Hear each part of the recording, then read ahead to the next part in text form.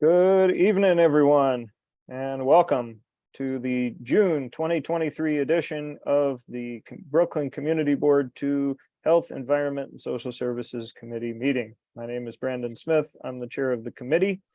There's a few meeting announcements that I have to read as a standard protocol for our Zoom meetings.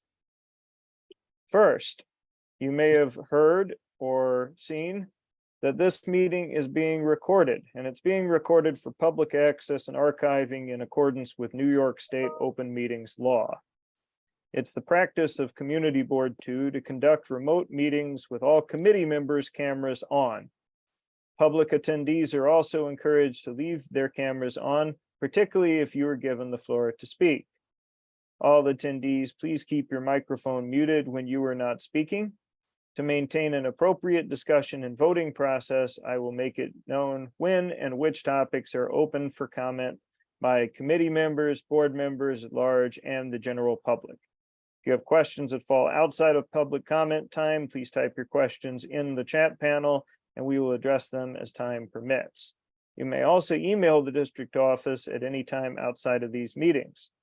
We are committed to providing access for all of our neighbors, regardless of physical ability or limitation. If anyone requires accommodation or assistance for full participation, please contact the district office 72 hours before any public meeting.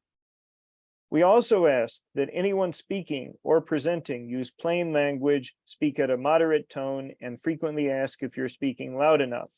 If slides are being presented, read the title of each slide and describe any images on the slide, such as photos and graphs and charts, as we will often have folks who have impairments of different capacities involved with our committee, and we want to be respectful of them. Finally, I want to note that it is a fundamental rule of this committee that everyone treat each other with respect.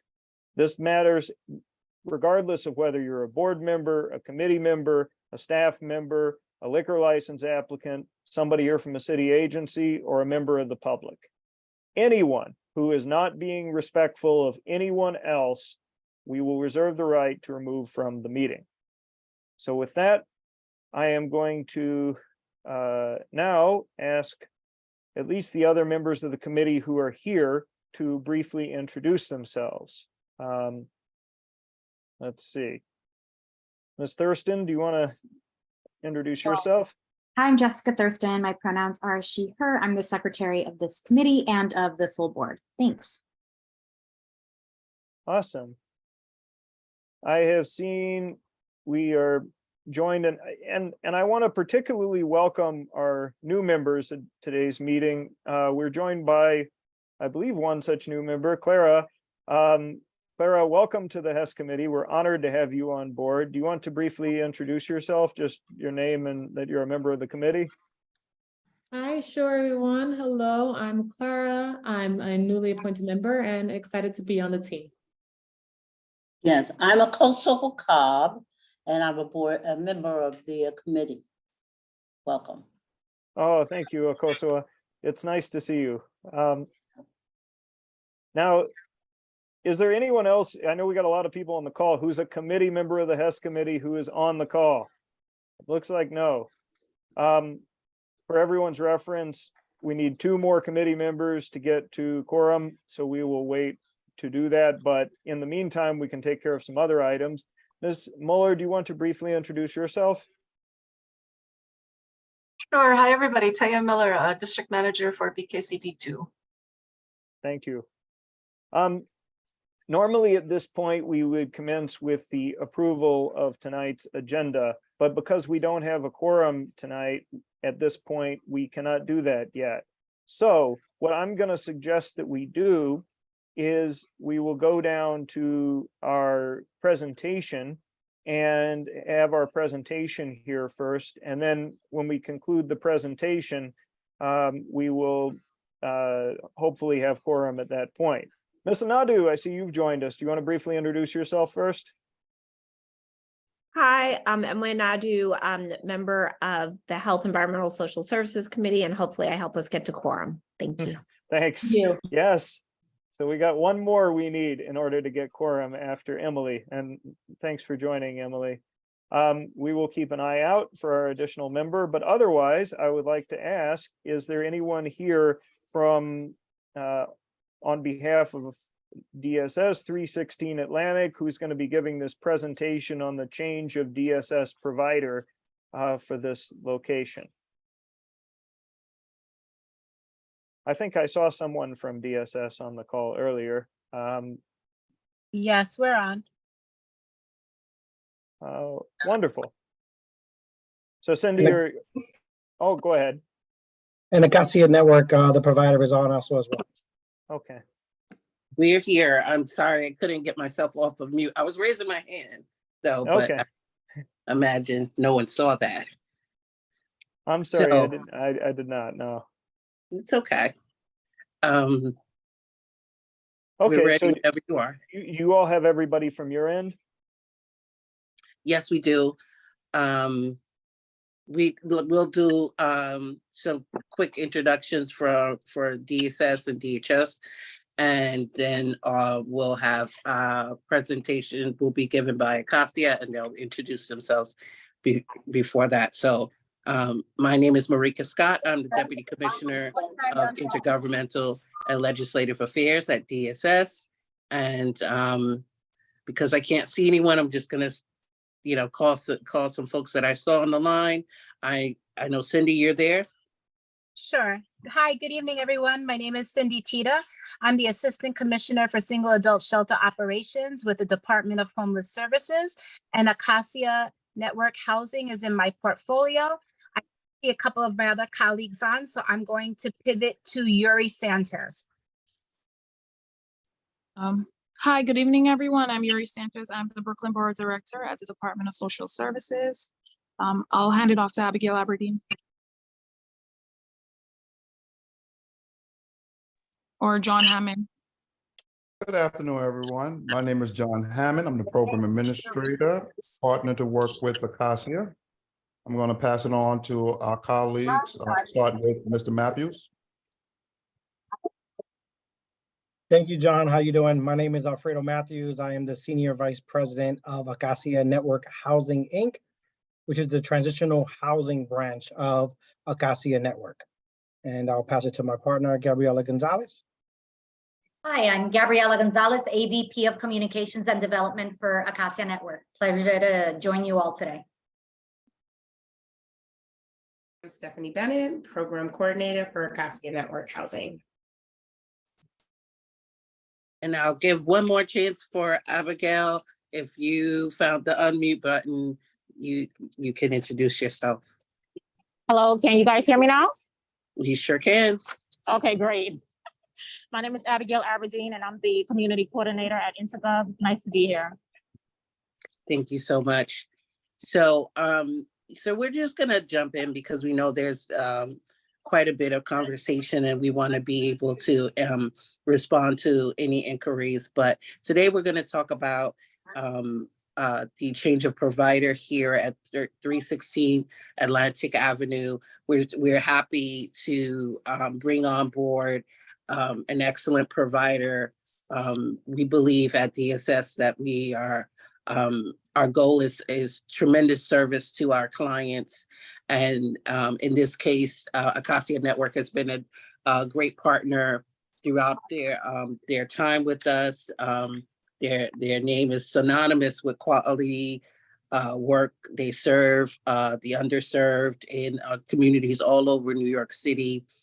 We're really excited to bring them on board, and we're excited to have them here today to talk about how they'll be moving forward with this project at 316 Atlantic Avenue. We have a bit of a presentation, and I just want to introduce, well, he introduced himself, but Freddie, can you just take over from here and just, enlighten the group on how Acacia will be working itself in and with the community.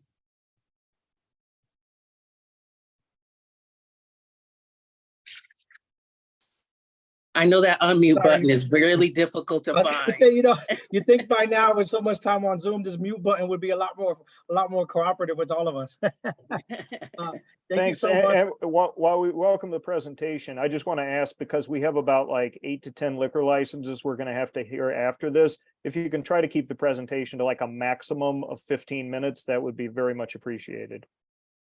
Understood. We're on board. No problem. We'll do our best to keep you on schedule. Not an issue. We do have a presentation. Are we able to share today or? Yes, Mr. Matthews, go ahead. Okay, Bennett, are you sharing? It says disabled, the host is disabled. Apologies. Who is showing slides? Stephanie? Yes. Stephanie Bennett. Okay, go ahead. Okay.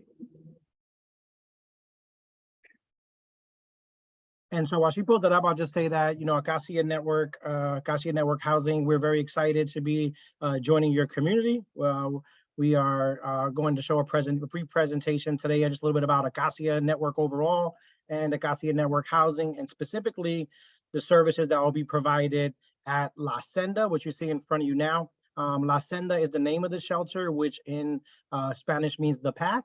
And so it's located at 316 Atlantic Avenue. La Senda is the name. And we can go ahead and go to the next slide. And we have Acacia's, our mission. Our mission is a lot of what drives Acacia Network. I'm in trouble there. Our mission is what drives a lot of what we do at Acacia Network. And our overall mission is to partner with communities, lead change, and promote healthy and prosperous individuals and families. You can see that is not specific to shelter because Acacia Network does so many different things. Stephanie, next slide. We do so many different things. And I'm going to go ahead and pass it on to the Assistant Vice President of Community and Development to go ahead and share. Oh, I skipped the value, sorry. Go ahead, we'll come back to that. Go to the next slide for. It's okay, they can read. We don't have to, I don't think we have to go through the values. But regardless, as Freddie was saying, and thank you for the intro. Excuse me in advance because my dogs might start barking when I speak, as per usual. So pleasure to join you all. As our SVP of Transitional Housing, Freddie Matthews, was saying, Acacia Network is a multi-service organization. I'm not going to be reading slides, so you can just leave it there if you want, Stephanie. Acacia Network is a multi-service organization. We've been around for about 60 years. The name Acacia was born in 2009, but we are deeply rooted in organizations that have done a lot of community development and revitalization efforts, starting in the Bronx and then spreading out throughout all of New York City, upstate New York, and then we do have a presence in other states and Puerto Rico. We primarily work in 5 buckets: housing, and under housing that includes affordable, supportive, and transitional housing, healthcare, and under healthcare we have primary care, behavioral health, and addiction services. And then we offer a host of social services, education, workforce development, cultural revitalization programs. Acacia Network is an affiliate network made up of 100+ affiliates and related entities. And together we serve about 150,000 individuals annually. Within that portfolio, a huge chunk is Acacia Network Housing, which has been a tremendous partner for over 20 years in the city, proudly serving the homeless population and partnering with the Department of Social Services and the Department of Homeless Services. So with that said, I'll turn it over to the Acacia Network Housing team, Freddie Matthews and Stephanie Bennett, to continue with the presentation. Thank you. Thank you, Gabriella. You can go back, Stephanie. And just here, you'll see our values here. You can look them up on our website, but this is a lot about what we drive us as an agency. I think when we speak to most of our employees and you would ask them, why do you believe in Acacia Network? Why do you stay in Acacia Network? You hear a lot about saying that Acacia truly lives by our values. You see it in the work that we do. And so that's a big part of why they want to be with Acacia Network. It's on our website, Acacia Network Inc, acacianetwork.org. And so you can feel free to look it up. You can jump to your slides, and I'm going to go ahead and pass it over to Stephanie Bennett, just so you understand our hierarchy really quickly. I'm the Senior Vice President, so I oversee all of the shelter system, the Transitional Housing Division for our portfolio. I have 2 Vice Presidents underneath me, which each manage a portion of the population. And then we have regional managers, and a regional manager covers either a population or an area. And Stephanie Bennett is one of our regional managers, and she will be overseeing the site, the director, and the staff at La Senda. Go ahead, Ms. Bennett. It's all yours. And we're already 3 minutes in. Okay, thank you. Oh. Okay. Okay. A little bit about Acacia Network Housing. We're one of the city's largest shelter providers. We have shelters in 4 of the 5 boroughs. We service around 2,000 families and around 3,000 singles right now in our shelter system. And what we pride ourselves on is delivering quality trauma-informed, holistic care to our clients. We are one of the top performers in providing permanent housing to clients and transitioning them back out into the community. Within the shelters that we have different populations: single men, single women, families with children, adult families. And our single population, we have subsections, which are mental health sites, older adult sites, our quarantine and isolation sites, We have our street homeless population that we service with our assessment sites, and not safe haven, I'm sorry, it's stabilization sites. We have our medically frail clients that we service, and formerly homeless. So let's talk about La Senda and what services will be offered at La Senda. The staffing pattern at La Senda will be broken down as such. We'll have our administration, which consists of the program director, assistant program director, and director of operations. The site will have a robust case management team, which incorporates a social worker and a case app, which will help clients transition. And housing specialists. What shelter would be there without housing specialists? Our housing specialist's main job responsibility will be to find housing to transition our clients back into the community, and recreational services that we will offer the clients on site while they're there. The site will be a 24-hour facility, and the 24-hour staff will consist of the operations staff, shift supervisors, residential aides. The driver is not 24 hours a day, but we will have a driver dedicated to the site, and 24-hour security dedicated to the site as well. So each shift will have security. So about the services offered at La Senda and what it will be, it is a transitional housing program, and it will service single men. It will provide case management services. The case management services will be geared towards permanent housing, sustainability.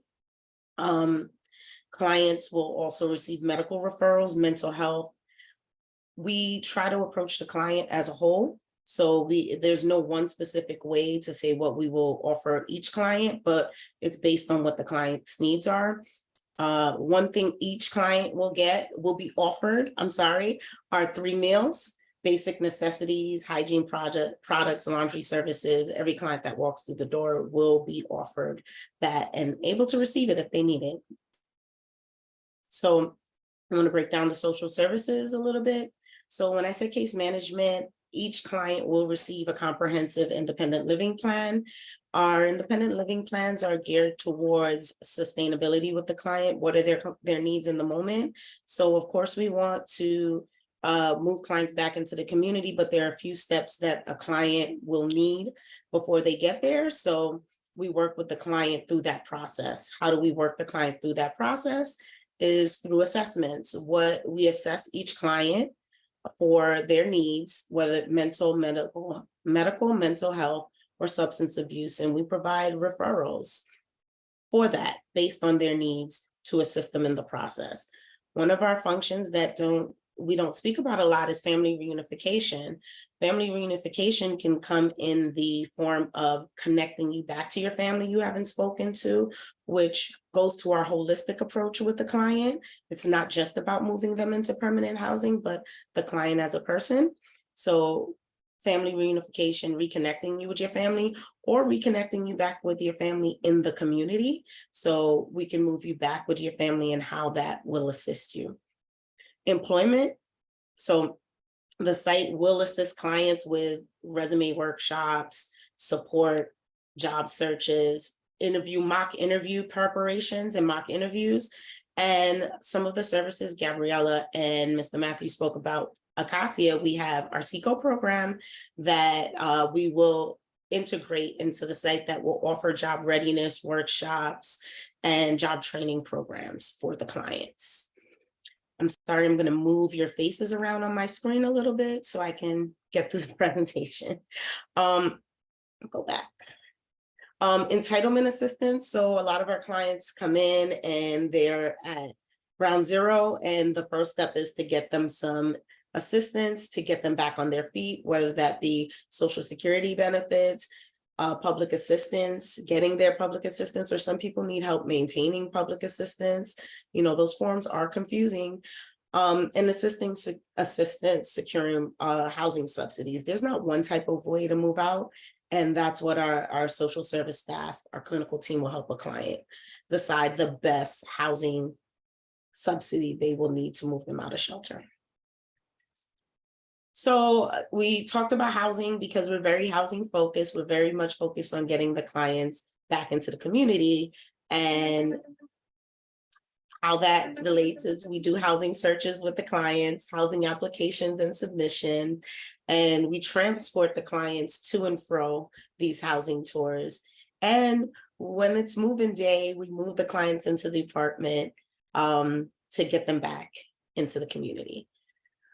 When we move clients back into the community, we don't just move them back in. We look for the services in the area. We look for little things such as the supermarket. It can be daunting moving in out of one setting that you've been comfortable in into a new setting, restarting your life. So little things such as finding the closest supermarket or laundromat can be helpful to the client to help them transition back into the community.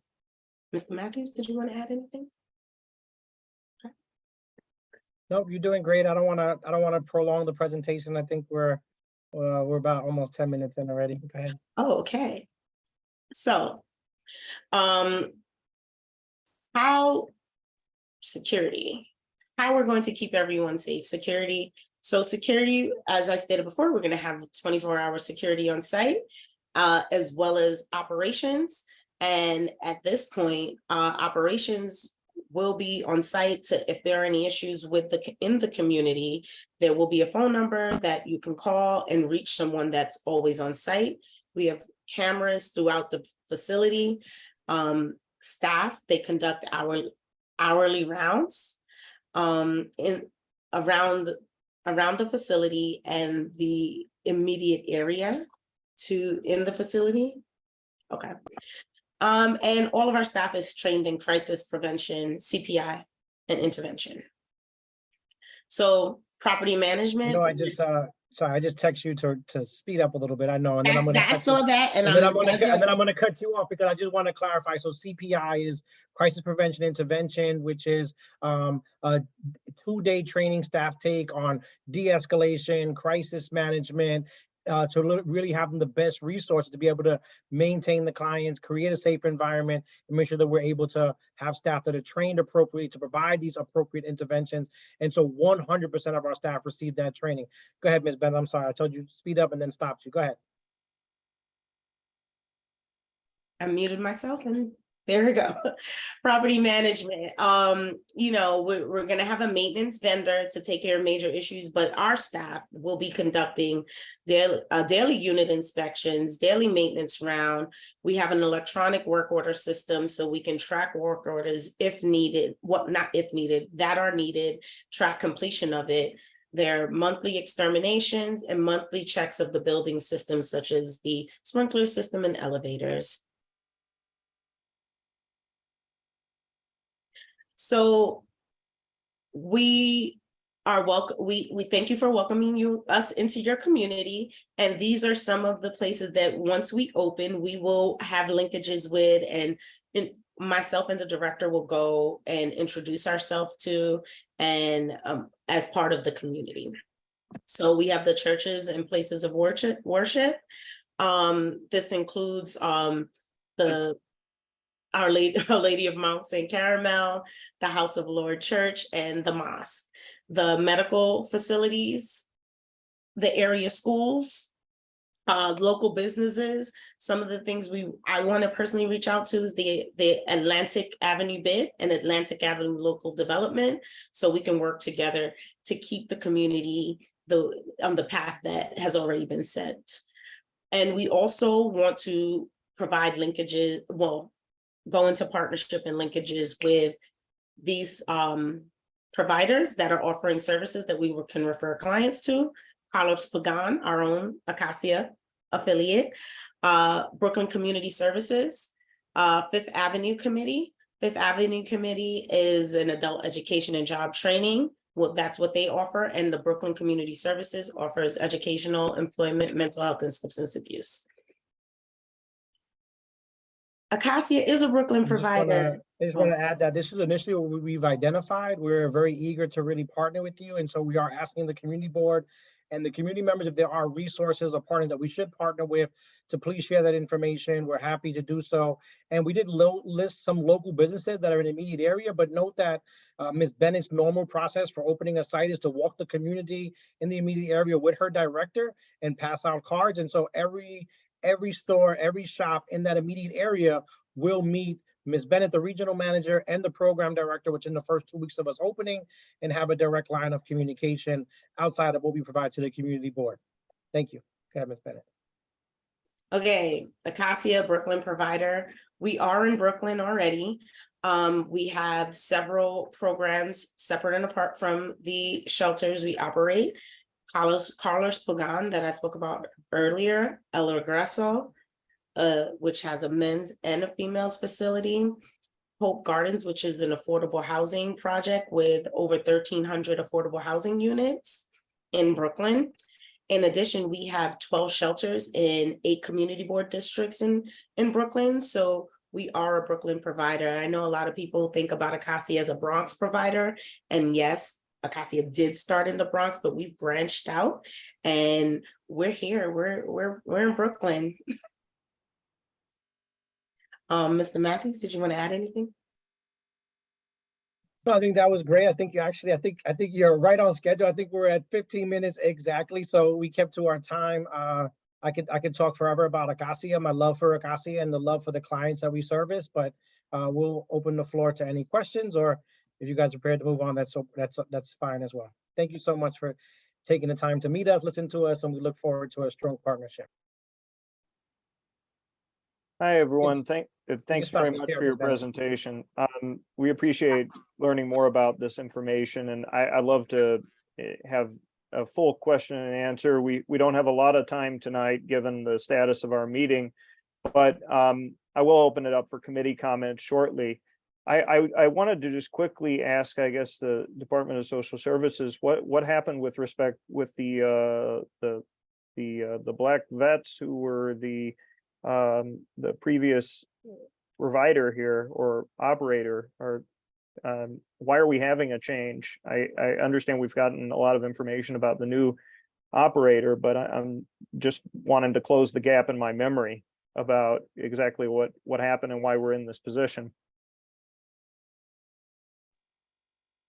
So I can speak very quickly about that because, you know, it could be, we have the experience that sometimes we do start an endeavor with a certain provider, and for many reasons that provider may step down and we have to engage another provider. We usually, in times like this, you know, we often really talk about the strength of the providers that we're bringing on. And it's not necessarily something negative about the provider that had that step to the side.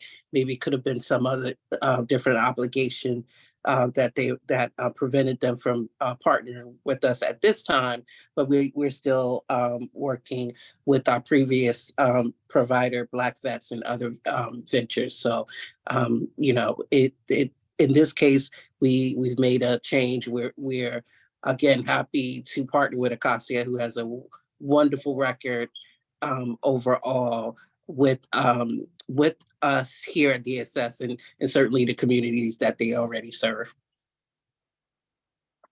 Great, thanks. I'm going to turn it over now to the committee and ask any committee members whether they have any questions. If you're a member of the HESS committee, please raise your hand if you have a question. And Ms. Thurston, I see, has her hand raised. You can take the floor. Thanks. Just quickly again for Ms. Scott, do the services offered through Acacia differ significantly? More specifically, is the population different, or is there anything significantly different in the operations that the community should be aware of? No, absolutely not. The population remains the same. And again, we have a continuity of providers that offer high quality service for our clients. So we're happy that Acacia can step in and continue that service. Ms. Cobb. Yeah, what are the cross streets? I missed that. For the Smith? The cross street. The cross street is Smith, Atlantic and Smith. Where's the shelter? It's on Atlantic Avenue, correct? So we like Yeah, to, he said it's Atlantic Avenue and Smith Street. Atlantic and what? Smith Street. Smith, oh, okay, Yeah, okay. all right. Any other HESS committee members have questions? Congratulations. Thank you, Ms. Cobb. Not to me, but to the folks who are providing this. Now I'm going to open up the line, and I'm excited to announce, and just pause the proceedings quickly. We have Mr. Ryan in attendance. Mr. Ryan, do you want to briefly introduce yourself? Yes, good evening, everyone. My name is Jeffrey Ryan, and I've been reappointed to the HESS committee and to the board, and I'm happy to serve. I'm happy to be here. Thank you. Well, we're happy to see you. We're extra happy because this means that we have quorum, the fact that you've joined our meeting. Yes. So thank God for that. I'm going to move on now on this presentation to questions from board members and members of the public. And I'm going to ask everybody to please keep your question or brief comment to less than 2 minutes if you can. If you want to raise your digital hand, then that would be fine, and I'll be happy to proceed with anybody who wants to do that at this point.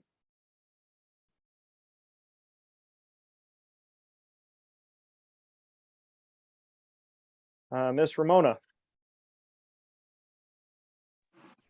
Good evening. Thanks for taking my question. I saw that you were going to reach out to the Clinton Hill Library, and the Pacific branch is near Atlantic and 4th, which would be closer to Atlantic and Smith. Did you reach out to them for partnership or to participate? No, but I can add them to the list as well. Yes. I'm an avid reader, so I go to a lot of libraries in the area, so I know where they are. It sounds very interesting, and I hope everything goes well. Thank you. Thank you. Thanks, Ms. Ramona. Just a reminder to everybody, when you're asking questions or raising a comment, if you could please address your question or comment to the chair, we would greatly appreciate it. This avoids unnecessary back and forth and helps our meeting move along in an expeditious manner. I'm not seeing any other questions, so. Ms. Flatbush had a question in the chat. Oh, Ms. Flatbush has a question in the chat. Let's see. What outreach to schools and local community? Will there be a dedicated person to take concerns from the community? Would you all like to address that question? Sure. Do you just want to take DOE and we'll take the contact, or you want to do both? I can do DOE. I can start. When we do have, they'll be reaching out to outreach to schools in the area as we normally do. with a process like this. Of course, when we open families with children shelters, that includes registration of the students and working in partnership for transportation and things like that. This, of course, does not apply in this particular case, as this is a single adult shelter, but those connections are made. We usually let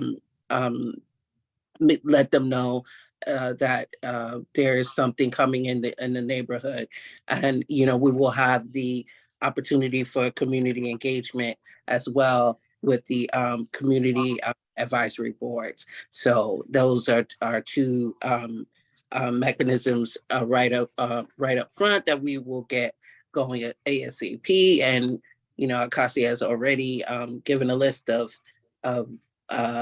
outreach that they will do as we move forward into the ultimate opening of this facility. And you can piggyback on whatever I left off. Freddie. Thank you so much. So yes, and so in regards to the community, so what we do at all of our locations is when Ms. Bennett goes out in the community, she's going to create a direct contact. We do vary sometimes by site. We usually create an email for the site. So it'd be like lasenda@basics or lasenda@acacianetwork.org that we can take general complaints in. And then those in the immediate area will get a direct phone line to the site itself. And then leaders of the community board will get a direct line to Acacia Network Housing Leadership. Thank you very much for your responses and all of the feedback that you've given on your program. We wish you a lot of luck there, and really thank you for presenting all of this information to us this evening.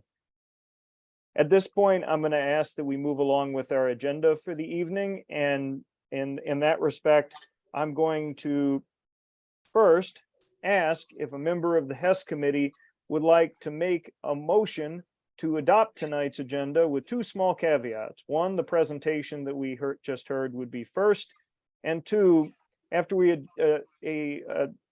approve the agenda, I've got a brief statement to make about air quality. Anybody want to make that motion? I motion. Motion, Ms. Anadu. Is there a second? Second. Second, Ms. Cobb. Does anyone on the HESS committee disapprove or abstain from approving tonight's agenda? Hearing none, we can consider tonight's agenda approved.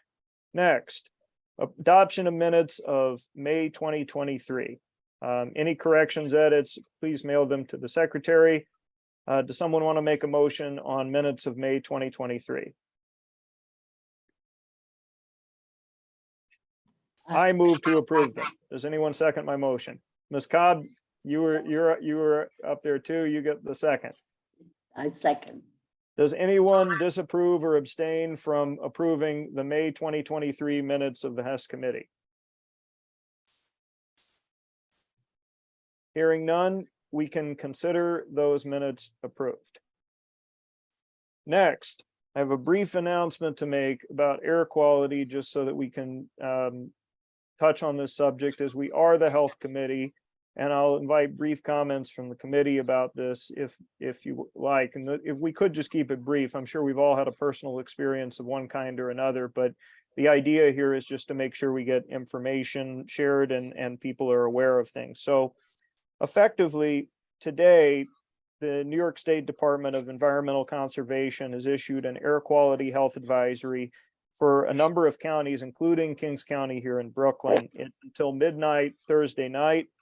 Air quality levels are predicted to be greater than the air quality index value of 100 for the pollutant of fine particulates. And the concern here is that when pollution levels are elevated, the New York State Department of Health recommends individuals consider limiting strenuous outdoor physical activity to reduce the risk of adverse health effects. People who may be especially sensitive to the effects of elevated levels of pollutants include the very young and those with pre-existing respiratory conditions such as asthma or heart disease. Those with symptoms should consider consulting their personal physician. A toll-free air quality hotline has been established so New York residents can stay informed on the air quality situation. The toll-free number is 1-800-535-1345. I have nothing more to say other than that, but for folks who are interested in our plans for the health fair for this Saturday, note we are monitoring this situation on a continuous basis.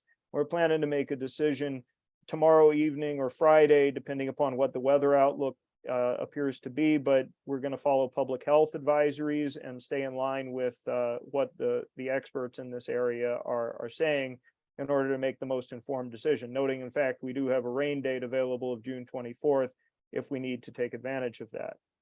So I'm going to stop there, see if any committee members have any comments, but I would just ask if you could try to keep any comments informational, and we can always discuss personal experiences a little bit later in the meeting, maybe in community forum.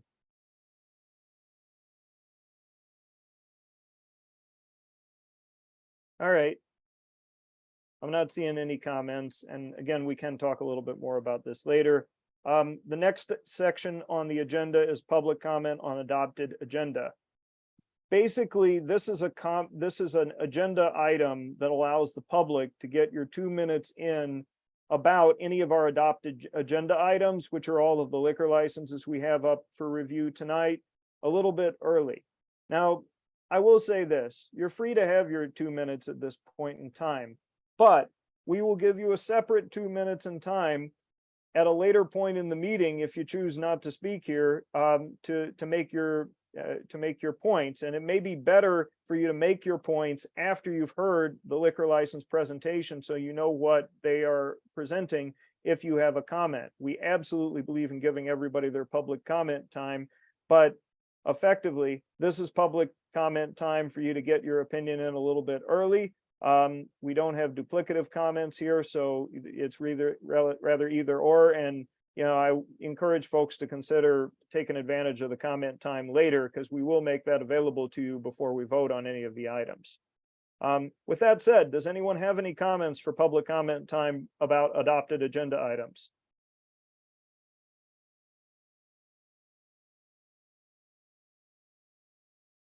All right, hearing none. Again, there will be opportunities for comment later. I'm going to proceed into the liquor license application reviews for tonight's meeting. We're first going to hear from wine, beer, and cider providers. We have first 150 Smith Street, La Rose. Is someone here from that location? You've got Mike Palutis on behalf of the applicant. Can you hear me all right? We can hear you, yes. Great. I'm joined this evening by Andrew One Halitsky, moment. the principal. We need to have just a second for your application to be presented here. Yeah, Sure. I can pull it up, but Brandon, I'm recommending this for a waiver of presentation and discussion and a move to motion. And I'm happy to share the grounds. All right, well, I'm going to ask that I feel like we should hear the presentation, assuming we can see it, and we can make a decision at that point.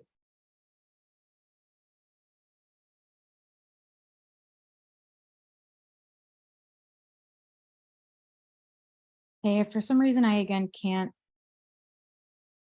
share, if you don't mind doing it. I don't know why it won't allow me to. I can share, I just can't share the application. No problem. That's odd. 1 second. Mr. Palutis, if you could just try to keep the presentation somewhat brief. So I will keep it brief. I will keep it brief. Can move along on the agenda. Actually, Mr. Palutis, you could go ahead with your. I'm okay with that too. Our client's applying for a beer and wine license for a pizzeria that's been operating for 30 years with a beer and wine license for most of that time. Our client bought the assets of the business. It's going to continue to operate as a pizzeria.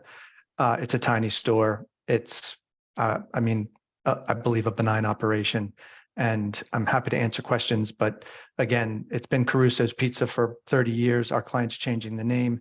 It will be La Rose Pizza, but it will still be a pizzeria. And as Ty is pointing out, we did have letters of support from some of the residents. I think this is, again, a fairly benign application. Okay. Are there any questions from any committee members, board members, or members of the public about this application, which is specifically 150 Smith Street, La Rose?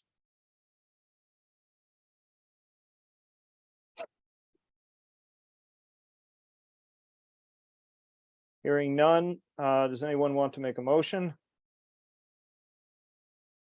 Could I make one real quick? I just sorry, want to make a point. I'm sorry, Chairman. Just to be clear, there are 6 stools inside at a food counter. I'm not sure if that's clear from the application, but I want to make sure that if there are stipulations, that's clear in the stipulations. Okay, there are 6 stools at a food counter inside the pizzeria.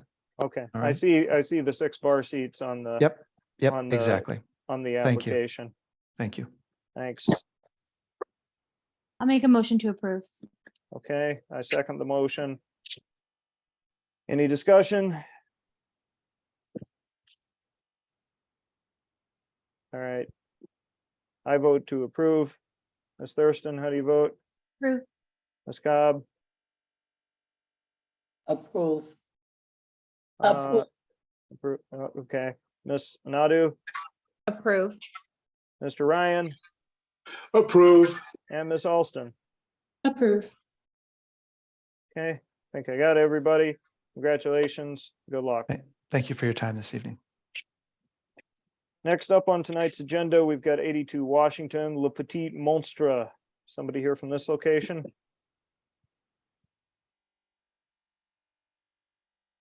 '82 Washington.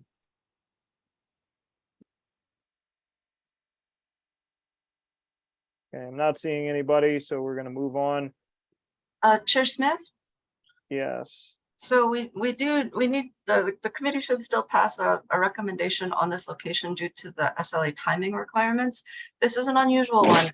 We had 4 applications tonight, and for some reason this always happens in June. We had 4 applications tonight that did not submit the district level questionnaire. They did, however, submit the SLA form. The SLA form, as you know, does not indicate their hours. So there are some recommended standard stipulations for applications submitted without a district questionnaire. I'm happy to share those with you, or the committee is free to recommend whatever stipulations you feel are appropriate for an applicant that did not submit a district level questionnaire. They have submitted everything that was legally required, i.e. they submitted the 30-day municipal notice form. They simply did not submit the follow-up district questionnaire. Okay.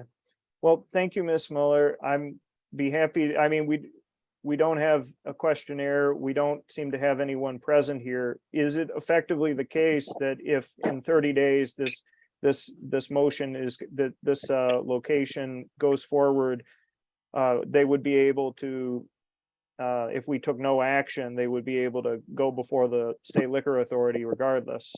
That's correct. So Right. That's exactly correct. So I think is correct. That we should take some action.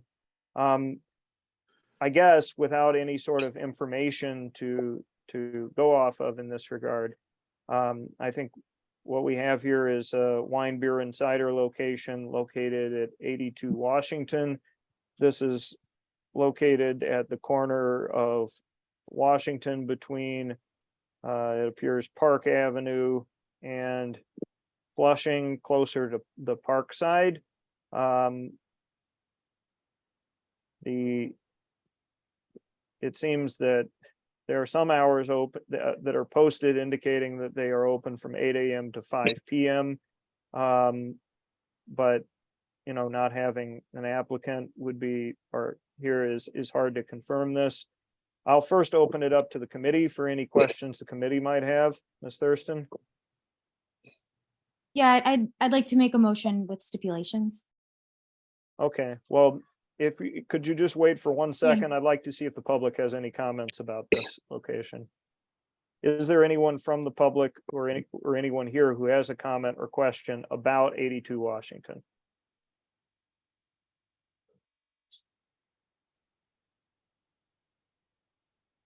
Okay, hearing none. Ms. Thurston, the floor is yours. So on what we typically do as sort of a baseline, I will make a motion to approve with no outdoor service, no live music, no DJ, and a 10 p.m. closure daily.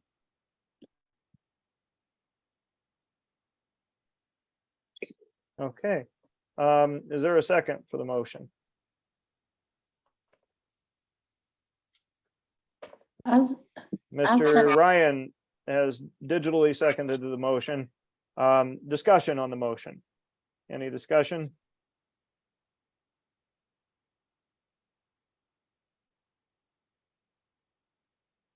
All right. Hearing no discussion, I vote to approve. Ms. Thurston, how do you vote? Approve. Ms. Cobb, how do you vote? Approve. Mr. Ryan, how do you vote? Approve. Ms. Anadu, how do you vote? Approve. And Ms. Alston, how do you vote? Approve. Great. I won't congratulate anybody because nobody's here. Moving on to the liquor, wine, beer, and cider. I have a question. Sorry. I have a question. I'm a little confused. So are we saying that somebody can just not show up and get a liquor and get a, what are we saying? I'm a little So confused. this would, Ms. Cobb, this would be a good point to raise in the discussion before we voted just now, but I think to answer your question, we voted to approve a beer and wine license for 82 Washington, Le Petit Monstre, which is a location that appears to be open from 8 a.m. to 5 p.m. with certain stipulated conditions. Right. No outdoor space, closure at a certain time. There was a third condition, and because of the fact that they're not here, we couldn't get their feedback in this, but they are approved with those conditions applying. Okay. And Jessica just dropped a helpful note in the chat. That's right. Thank you, Ms. Anadu. Next up, we have 385 Flatbush, Brooklyn Paramount Theater. Do we have anybody here from this location? Yes, we do. Great. Mr. Willows, I'll ask you to proceed with the presentation when we're ready, and is someone able to present the application materials? Yes, John Huff will be presenting. Good evening, Chair Smith and all of the HESS committee members. I'm Michael Wallows. I'm the president and CEO of CMW Strategies and Government Affairs Counsel for Live Nation. Thank you for reviewing our team's application for a full liquor license and for the opportunity to share Live Nation's exciting plans for the historic Brooklyn Paramount Theater. I'd like to thank the members and staff of Community Board 2 for their time and efforts. I want to particularly thank Chair Lenny Singletary and District Manager Taya Muller for helping to organize a tour of the site last month and generally being available for updates on the ongoing restoration project over the course of the last year. Thank you very much to the board members who were able to attend the tour.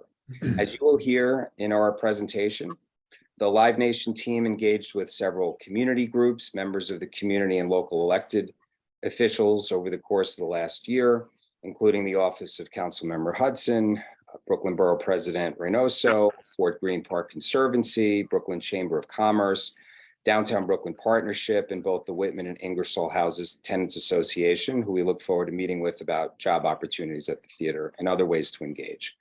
We've had many positive and supportive discussions, and we look forward to a lasting dialogue with our community partners. I want to acknowledge the key Brooklyn Paramount Theater team members joining us for our presentation tonight.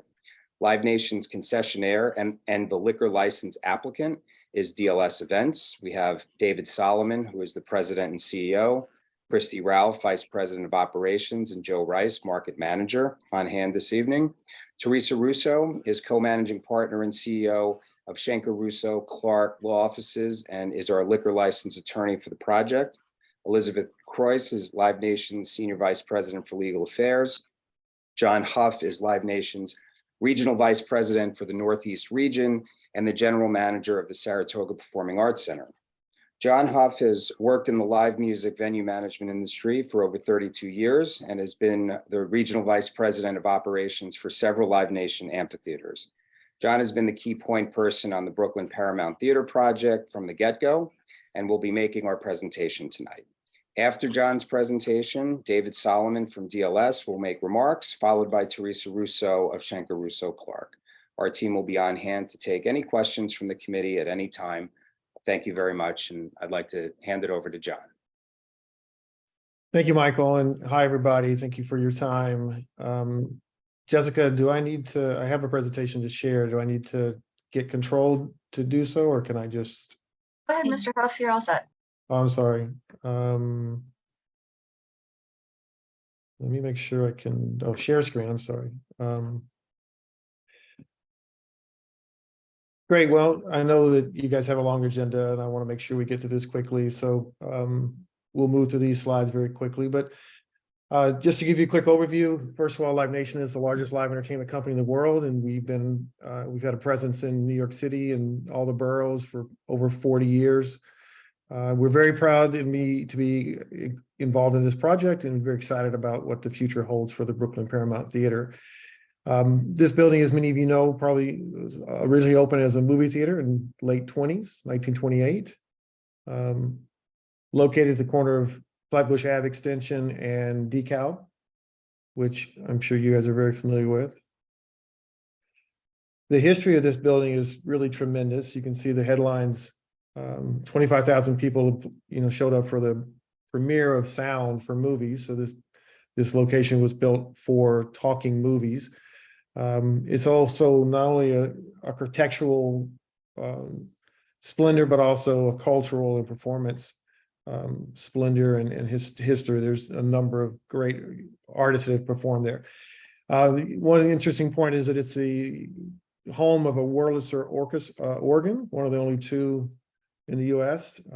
That is still maintained, and we're preserving the space for it there as well. So, sorry. See, here's some of the great artists that have performed there. Dizzy Gillespie, Duke Ellington, Ella Fitzgerald, Miles Davis. You'll see later we're naming one of the lounges for Ella Fitzgerald. It's Ella's Lounge. So paying homage to her and her impact. And then over the years, it has changed direction and so forth. And then LIU, Long Island University, purchased the building in 1962 and then converted it to a gymnasium and other purposes. I just want to say LIU has been a great partner to us, and we really are excited about working with them. They've been a tremendous partner in helping us be part of this community. So here are some quick pictures of some of the existing conditions. This is up almost to the very top of the ceiling. So you can see 100 years of use and the grit and grime, but we're cleaning all this up and fixing it and restoring it. There's two pictures of the old movie projectors, which if you're a history buff, hopefully you like that. I think that's a pretty cool feature. Those projectors are still there. Outside of the building, everyone should be familiar with that. You'll see the upper left is existing. Lower left is the old marquee, and then the right side is what our design, a rendering of our design and what we're planning to do to pay homage to the old design and the old history of the building. So floor plan, a couple of things to notice here. The entry lobby, bottom right-hand corner.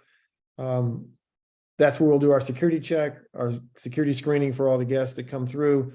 Any guests that line up outside in front of before the gate, the doors open, will line up along the front of the building, along Flatbush Ave extension, but probably 40 feet from the sidewalk itself. So there won't be any impact there from our guests. And then, as you can see, there's a second set of doors going into the lobby. Those doors will be closed while we're having a performance to try to mitigate any sound escaping from the performance area. But you see the grand lobby, you see the performance space, the music hall, the stage. This is the second floor. We have some limited box seating upstairs. The VIP lounge is Ella's Lounge, so you get a sense of where that is in the building. And then downstairs to the right is the Avena Lounge, our bathrooms, our concessions, back of house, so forth. admin offices in the basement, dressing rooms under the stage, and so forth. So it's a 72,000 square feet space, but it's 3 levels, and we're happy to have this space to work with. Rendering of the entry, keeping in line with the history and the architecture. The vestibule coming in to the initial entry lobby, box office window inside, 2 box office windows outside. This is the grand lobby, the grand foyer. From the opposite end, you see all the restoration that, all this is, the plaster's restored, the columns restored, the chandeliers are restored. Picture the bar that will be built that, again, honors the history and the design of the building. Picture of the performance space from the 2nd level. So you could see how beautiful that space is. Picture from the stage. So if you're like me and dream about sometime being on the stage, I'll give you a perspective what it feels like to be on the stage. But it's beautiful no matter where you are. You'll see the beauty of this building that we're restoring and maintaining. The Ella's Lounge here is upstairs. It's a great place for pre-show, post-show meetings, private parties, so on and so forth. Some information about the venue. 2,600 capacity, mostly a standing GA downstairs. We will do seated shows, about 1,200.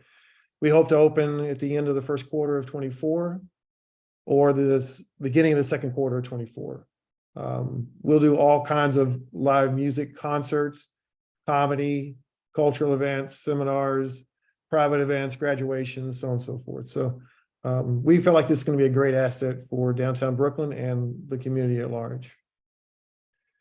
Some community impact points. We think between Live Nation and DLS, we'll probably employ 120 to 150 part-time seasonal employees. A lot of our people that work in our company started as seasonal or part-time and have worked their way to full-time jobs and careers. So that's always an opportunity at our company. Anyone that lines up, like we said before, will be away from any sidewalk and impeding that traffic. Our load in and load out for the trucks will be in the atrium behind the building on Hudson Avenue. So that'll minimize the impact on decal. Trash will be held inside the building and only be put out in large, containers when it's about to be picked up. So we'll minimize that impact as well.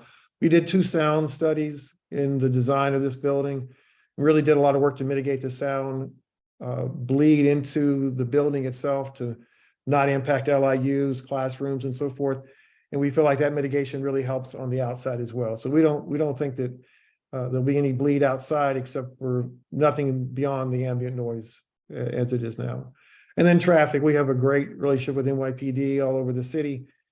If we don't expect any traffic issues, but if there are, we'll certainly work with them to mitigate that. Security is our #1 priority. This is just a quick recap of what we do. We will hire all our security guards as Live Nation employees. They'll all be licensed in New York State, background check, fingerprinted. We do tremendous training on site and e-learning. One thing, you'll see that we have an emergency operating plan that's on file with our global security team. So that's a priority for us, not only in the building, but surrounding the building as well. Michael mentioned it to start, but this is a list of some of the stakeholders and community members we've reached out to. We've had great conversations. We've had great meetings. We really are excited about so many people embracing this and seeing the benefit of this venue to the community, and we're really excited about the project. This is the list of some of the venues that we operate in New York City and New York State. Live Nation operates over almost 200 venues throughout North America. But this is a list that you guys would probably be familiar with: Coney Island Amphitheater, Gramercy Theater, Irving Plaza, Brooklyn Bowl, Jones Beach Theater, the Capitol Theater in Port Chester, Westbury on Long Island, Saratoga Performing Arts Center in Saratoga Springs, New York, and then Warsaw in Greenpoint as well. Want to hand it over to David Solomon. David is the owner of DLS Events. DLS is our concessionaire. They will actually hold the liquor license. So Dave will give you an opportunity to give you some information about his company and how they operate and so forth. So David, I did see you earlier on the call, but do you mind? Before we go to David, if I could just ask you if you can try to kind of wrap up the presentation in the next couple of minutes, that would be great, just so we can keep moving. Thanks. Of course.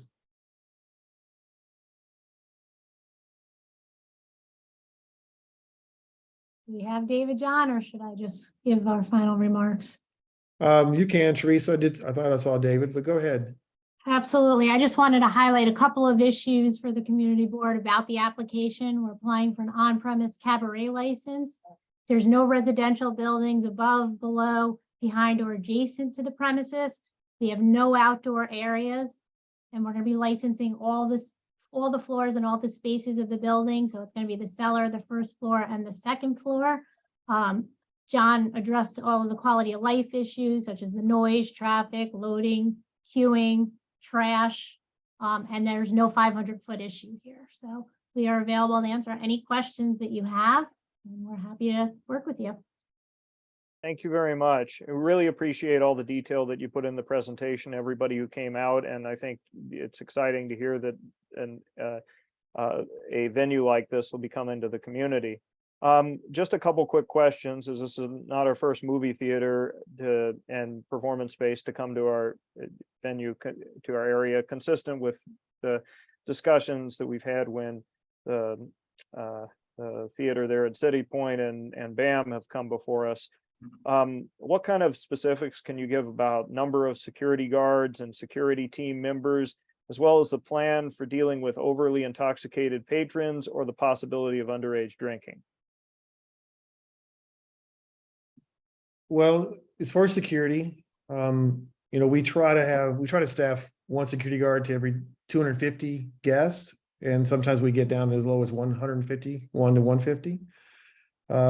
So again, that's our priority, is keeping everyone safe and secure. As far as dealing with intoxicated guests, that's our security will be the first line, and then NYPD will be the second, and then we'll also on certain shows have medical on site to support those efforts as well. So, and good news is we're right next to Brooklyn Hospital, so if we need some support there as well. Did that answer your questions, Chairman? 2 out of 3. Underage drinking was the underage drinking. Yeah.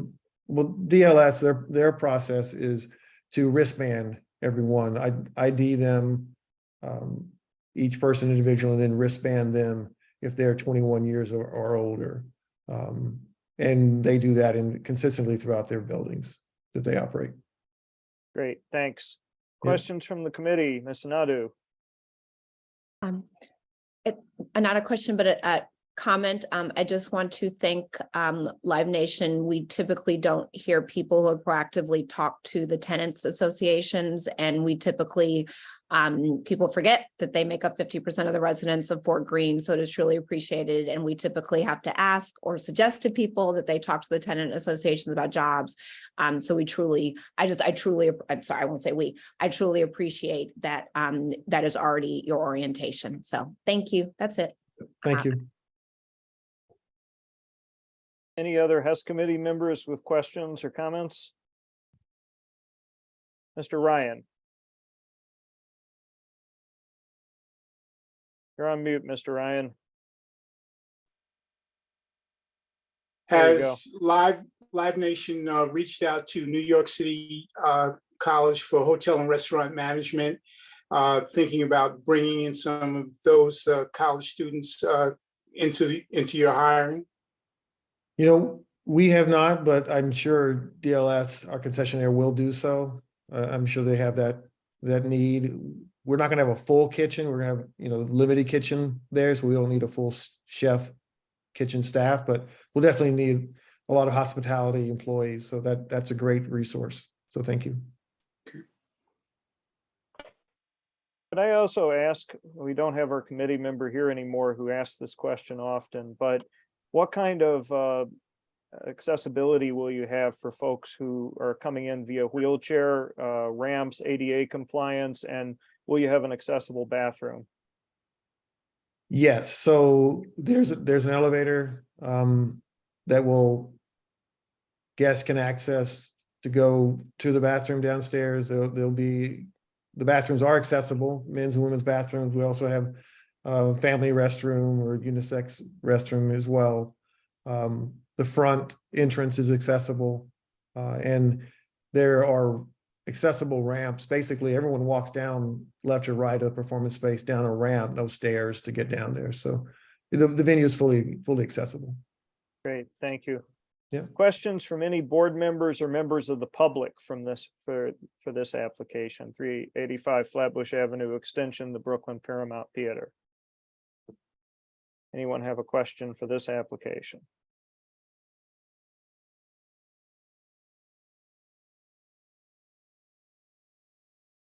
Seeing none, does anyone on the committee wish to make a motion? Ms. Nadu. I motion. Mr. Chair. Hi, this is Rick Russo at the Brooklyn Chamber of Commerce, and oh, sorry. Can we just stop for 1 second? Yeah, Mr. Russo, you can have your 2 minutes, and then I will go to Ms. Nadu for presumably her motion. Thank you. Mr. Russo? Yes. Good evening, Chairperson Smith and committee members, and thanks for the opportunity to speak here tonight. I am Rick Russo, Chief Operating Officer of the Brooklyn Chamber of Commerce, and I'm here on behalf of Randy Piers, Brooklyn Chamber President and CEO, to speak on behalf of Brooklyn Paramount Theater's request for a full liquor license. As the leading economic development organization, the Brooklyn Chamber of Commerce is excited about the reopening of the Brooklyn Paramount Theater and the opportunities it will bring to the community. Live Nation has undertaken a massive renovation project to transform a once theater turned gym space back into a first-class live music and entertainment venue, and restoring much of its original 1920s character. Live Nation and DSL Events have extensive experience operating facilities similar to the Brooklyn Paramount Theater, and we are very confident in their ability to bring that same service and respect to our community. We first learned of this project during a briefing with members of Live Nation, and we were happy to hear that this space will be converted to a use that serves our community and adds more opportunity to the third largest central business district in New York City. The Brooklyn Paramount Theater is expected to create approximately 150 jobs for our local workforce, while also driving business to the surrounding area and restaurants. The Brooklyn Chamber supports the theater's request for a full liquor license, as it will enable the theater to operate at its fullest potential. And the Brooklyn Chamber of Commerce looks forward to working with the applicant and operator to bring more opportunities for work, fun, and culture to the community and contribute to the economic development of downtown Brooklyn. Thank you. Thank you, and thank you for keeping it under 2 minutes. I appreciate it. Mr. Ryan, did you have a quick comment you wanted to make? I saw you put your hand up. It was really a question, but I probably. No, you can ask your question. I don't want to stop any questions. Did you have a question? Yes. What percentage of this is? I've always believed Brooklyn is a destination. I've lived in Brooklyn all my life, and I'm happy to see Live Nation revamp the Paramount Theater. My mother used to go there, and so that's great. With all the names that you listed, the entertainment that used to act there, I'm curious as to how many minority investors are actively involved in the project, food and especially the liquor venues.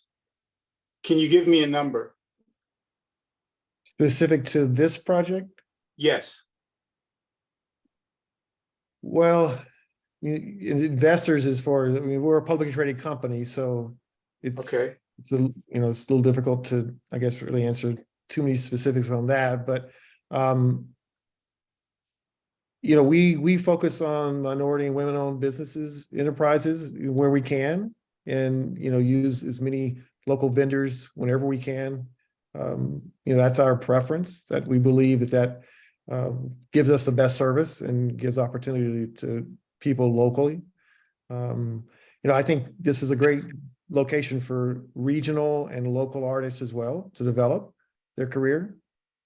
And that'll be part of our programming as well at the venue. Well, I appreciate that about the programming, but I understand at least to the question, is it because you're a publicly traded company, you don't know necessarily the full extent to which the people who are the owners are people of color? Is that correct? That's correct. That's correct. Okay. I'm technically an owner. Thank you. Awesome. Well, Mr. Ryan. Yeah, just to follow up, I mean, from a number standpoint, Brooklyn has one of the largest Afro-American communities in the United States. I think second only to probably Brazil. But I will also want to include all people of color. Mm-hmm. And it's important to, we're going to have, I'm seeing names like Miles, Dizzy, Ella, that Live Nation should be willing to think about contributing to the community in a large way, because this is in the United States, Brooklyn has one of the largest Afro-American communities. And I think it's important that a percentage of those dollars stay in our community, and that the people in the community benefit from having a venue such as the reopening of the Paramount Theater. Thank you. Okay, thank you. Thank you for raising that point, Mr. Ryan. Yeah. Do any members of the committee or Ms. Nadu, if you so choose, want to make a motion at this point? I have a question. Okay, you can ask your question. Nobody's made a motion yet. So on Mr. Ryan's question, understanding that Live Nation is a publicly traded company, the company that will be operating the liquor license, they are not a publicly traded company. And so are you aware of the ownership of that company? Just to Mr. Ryan's point, in terms of the other people that will be making a lot of money from this. PLS is a closely held company with 3 principals. And are any of them people of color? I honestly don't know. I can get that information for you. I don't think we have anyone from DLS on the phone. Does anyone who's on this call? There is no one of color that there's 2 principals, and neither one of us are people of color. Okay.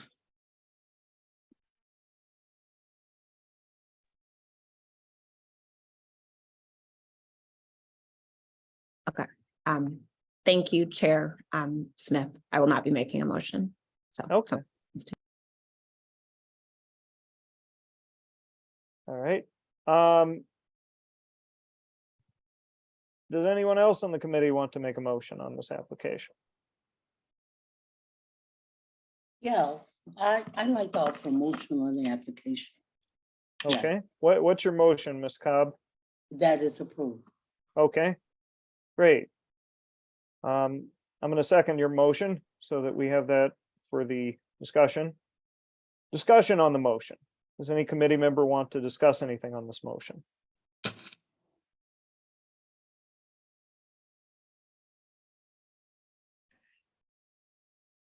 All right, hearing no discussion. I vote in favor of the motion. Ms. Cobb, how do you vote? In favor. Ms. Anadu, how do you vote? In favor. Ms. Alston, how do you vote? In favor. Mr. Ryan, how do you vote? In favor. Ms. Thurston, how do you vote? In favor. Okay, that should be everybody. Thank you very much. Good luck on your endeavor here. And please try to think a bit about what the committee was saying in terms of their comments tonight, because it may not have been a condition of the motion, but it's a real concern and issue in our community. Most definitely. Thank you for your time and your support. Thank you. All right. Next up on our agenda tonight is Venerdi Incorporated, 455 Myrtle. Do we have someone here from this location? Yes, Michael Kelly representing the applicant. Good evening, everyone. Gaspare Villa and Giuseppe De Franchisi are with us. They're the two owners. How are you? This is an on-premise liquor license application for Venerdi Inc. We're located at 455 Myrtle Avenue between Washington and Waverly Avenues. We're taking over the spot formerly occupied by White Tiger Tavern, which was Barbellina's before that. They had an on-premise liquor license since 2017. Before that, Maggie Brown was there for about over 7 years. We're a full-service restaurant with entrees and specialty pizzas. The owners also own Evelina at 211 DeKalb Avenue. They've owned that from 2017 to the present. They have an on-premise liquor license there. They also own Monte Scatto at 432 Union Avenue. They've owned that from 2019 to the present with an on-premise liquor license. And also Aurora at 70 Grand Street, which has been open since 2003 with an on-premise liquor license. They're restaurateurs. The premise is ADA accessible and has an ADA bathroom. There'll be no private events, background music only. We'll have approximately 28 employees, which is an average of 7 per shift. Most of our employees at our other restaurants live in the neighborhoods that they service, and we'll be hiring the same way here. There are 10 tables and 34 seats inside and a 13-seat bar. We will be using the backyard, but it will be totally enclosed. It will have 5 tables with 25 seats. The hours of operation will be 11 a.m. to 2 a.m., 7 days a week at the latest. We did hand in letters of support. We did try to get letters of support from the buildings behind us, but they were under construction and the owners were nowhere to be found. And if there's any questions, we'll be happy to answer. Thank you very much. Couple initial questions here with respect to the upstairs neighbors. What kind of conversations have you had with them? Are they supportive? Has anyone expressed concerns in the way of surrounding neighbors to you guys? Gaspare, you want to answer that? No, absolutely not. I just want to clarify something. We do not have an ADA, the restaurant is not ADA accessible, and we do not have an ADA bathroom. Just want to clarify that because we're taking the space the way it is. We're just remodeling the kitchen and enclosing the back space to be able to use it in the winter and to make sure that no noise comes out of that garden during later hours. Okay, great. But with respect to the upstairs neighbors, have you spoken with them? And we have. No, the upstairs neighbor is our landlord, so it's very supportive. With the letters that we provided are from on one side of the restaurant, there is a bank that doesn't have anything above them. On the other side, there's a PEX, and the upstairs tenant they sign letters for us, which you guys have. Okay. Regarding the backyard, 2 a.m. is a little late for our standards. Just want to make you aware of that. Are you open to closing at the backyard at a earlier hour, perhaps earlier than midnight even? So the only reason we ask for 2 a.m. is because it really, none of our spaces, none of them ever close later than 11:30, including Evelina, which is pretty busy. Usually, by midnight at the latest, because our license is up for, I think, 2 a.m. or maybe even later. So we only ask for 2 a.m. just in case for some reason we get busy. But I mean, obviously, we'd love to have the possibility to stay open. But even ourselves, we know that most likely we're never gonna be open that late. And that's not the kind of street that has that kind of traffic anyway. So obviously we'll take whatever the community board recommend, of course. But just so everyone knows, the roof is retractable, so at night it will be closed and there will be no noise coming on anyway. Okay. All right. Questions from members of the committee for 455 Myrtle? Any questions from members of the committee? The 2 o'clock, Madam, Mr. Chair, what is the closing time that we usually suggest, especially for liquor? It's not 2, right? It's earlier than that. When you're talking about outdoor seating, right? Is that what you're Outdoor asking? seating, the Yeah. outdoor seating. Typically, we would do 10 p.m. on weekdays and 11 p.m. on weekends, unless there's some sort of area that is remote and not near residents. But we can have a discussion about it. And perhaps, I don't know if you have a comment or thought that you wanted to share, Ms. Cobb. Yeah, I happen to live on Washington Avenue. And the backyard, there are neighbors around. The house may be getting refurbished, but there's a neighbor in the back. So my recommendation would be not 2 o'clock, but a time earlier, 12:30, 1 o'clock, but not 2. Okay. Thanks, Ms. Cobb. Yeah. Any other committee? Oh, I didn't mean to cut you off, Ms. Cobb. Was there anything else you wanted to say? No, I just want to say we need to be consistent. That's my feeling also. But go ahead. Okay, great. Other committee members who have questions about this application, 455 Myrtle Avenue. And my hand raised. Oh, great. Sorry, I'm having trouble seeing everybody's hands at the moment. Ms. Anadu, go ahead. Not a question, more of a comment, just, you know, I live in the neighborhood, love Evelina, just as you're opening this restaurant, I look forward to the staff representing the racial makeup of the neighborhood. We'll certainly do our best. I have faith in you. Great. And one thing I was able to locate via internet research is that the prior location, Maggie Brown, had a midnight closing time on 7 days a week. At least that's what the old Yelp indicates. Any other questions from committee members, board members, or members of the public for this application? 455 Myrtle. All right, hearing none. Does anyone on the committee wish to make a motion for the application? Ms. Anadu. I motion to approve the application. Okay, we have a second. I'll second the motion. Oh, so Mr. Ryan went first, but I'm going to give Ms. Alston as our new member here tonight the second so that she can feel welcome and as part of this committee. Second by Ms. Alston. All right, discussion on the motion. Ms. Anadu, would you be amenable to an earlier closing time on the outdoor backyard? Yes. Okay, committee members have thoughts on this? I'm sorry, were you speaking to me? Well, as a committee member, if you have a thought, you did express something earlier, Ms. Yes, Cobb. yes. You thought that Yes. perhaps Earlier than 2, yes.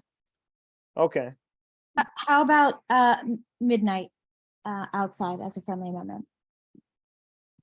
And what's from a procedural standpoint, should I amend my motion or should I? Greene, were you making a friendly amendment?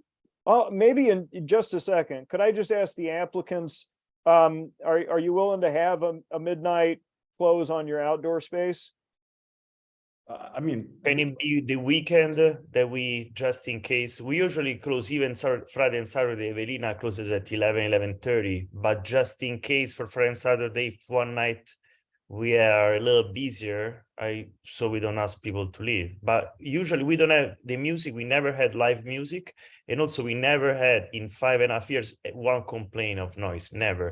It's just people talking, and even if it's retractable, it will be covered, so it will absorb the noise. It's just maybe if you give us one for the weekend, so just in case there is still someone sitting, we don't need to ask them to leave.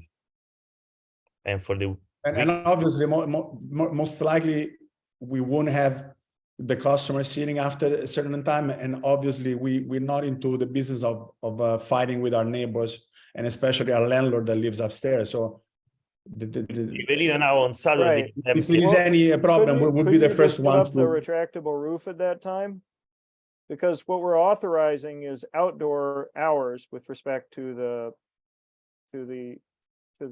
midnight close. If you put up the retractable roof, it would be indoors, wouldn't it? Yeah. Yes.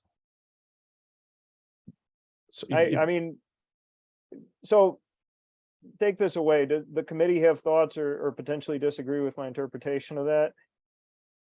Yeah, I don't think we know enough to say that. Okay. I'll So- propose a friendly amendment to Emily for 12 p.m. outdoor close every night. Which you do not need to accept, Emily, it's up to you. Right. I make a motion to approve the application with the amendment of a midnight close on Friday and Saturday. Is that Jessica? Well, I said 12, I said 12 midnight every night. 12 midnight at 12 every night. For Okay. outdoor. Yeah, So yeah. that's your motion, Miss Yes. Anadu. Okay. All right. All right. So what's before us is a motion for 12 midnight close for the outdoor hours, 7 days a week. And does anybody have any further discussion on the motion before we vote?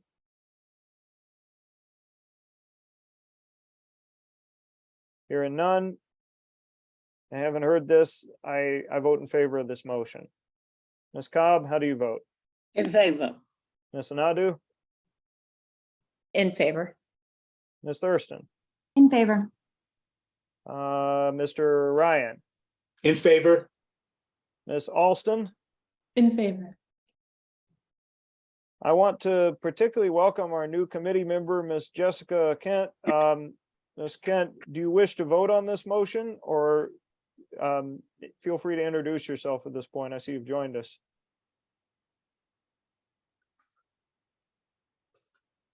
Hi everyone. I'm Janet. Yeah, I don't mind voting. I vote yes. Okay, great. So the motion is approved. Thank you all very much, and good luck Thank with you. your new establishment. Thank you very much. Thank you all. Given we have a new committee member, Ms. Kent, I want to welcome you to the committee and hope that you become a involved and great committee member. We certainly are happy to have you. Next on our agenda for this evening, we've got 14J, Hawkward LLC. There's someone here from this location. Yes, Michael Kelly again. With me is Eric Plambeck and Adam LaGreca. They are the two owners. This is a on-premise tavern liquor license application for Hawkward LLC. We're located at 14 J Street at the corner of John and J Streets in a commercial building. Building's otherwise known as 20 J Street. Will be a small neighborhood tavern serving oysters, shrimp cocktails, charcuterie boards, and a few other items. We're opening a small cozy place where people in the area can come for a cocktail and light fare in a quiet, non-bar-like environment. What we mean by that is there won't be loud music or people coming here to get heavily intoxicated. The premise is ADA accessible and we'll have a new ADA bathroom. It's new construction. There are two other on-premise liquor licenses within 500 feet. Celestine at 1 John Street, and the Olympia Wine Bar, also at 1 John Street. So we do not come under the 500-foot rule. We'll have 10 employees. Adam lives about 5 blocks away, and we'll be looking to hire from the neighborhood since he knows a lot of people in it. We'll have 5 tables with 10 seats and a 15-seat bar, all inside on the first floor. The hours of operation would be 11 a.m. to 2 a.m. Sunday through Wednesday, 11 a.m. to 4 a.m. on Thursday, Friday, and Saturday. These would be our latest hours. Chances are we'll be closing earlier most nights. Eric is currently an owner at Maracuja at 279 Grand Street, which is a tavern and open and operating since December of 2020, with no SLA violations, which was a rare thing during the pandemic. He also owns a restaurant in Massachusetts and worked as a bartender at the 10 Bells located in 247 Broome Street in Manhattan. Eric will now talk about his community involvement with Maracuja and other contact he and Adam has had with talking with the community. Thanks, Mike. Yeah, we're just opening a nice small little cocktail bar down in Dumbo. I've operated Maracuja it's in Williamsburg for the past 3 years. It's been a long time neighborhood bar, reasonable prices. And yeah, we've just naturally been involved with a few different organizations there. My wife and I both work in the arts, so that's kind of the lane that we typically go with. I worked with this group called Eckford Studios. They do after school outreach and art program for kids during the school year and then do summer programs. We hosted a fundraiser for them. I helped with a fundraiser for a modern dance company called the choreographer is Elizabeth Dishman, and a few other things. I do beach outreach, cleanup with my spa in Massachusetts. Yeah, we're involved. We're excited to do something in Dumbo that's a neighborhood spot, just a little local watering hole where people can come meet and hang out. Great, thanks. Will you have outdoor seating? No, where the location is. Okay, I just asked because the application says it opens 11 a.m. for outdoor seating. So perhaps if you all want to correct that at some point, that would be great. Yeah, it opens at 11 a.m.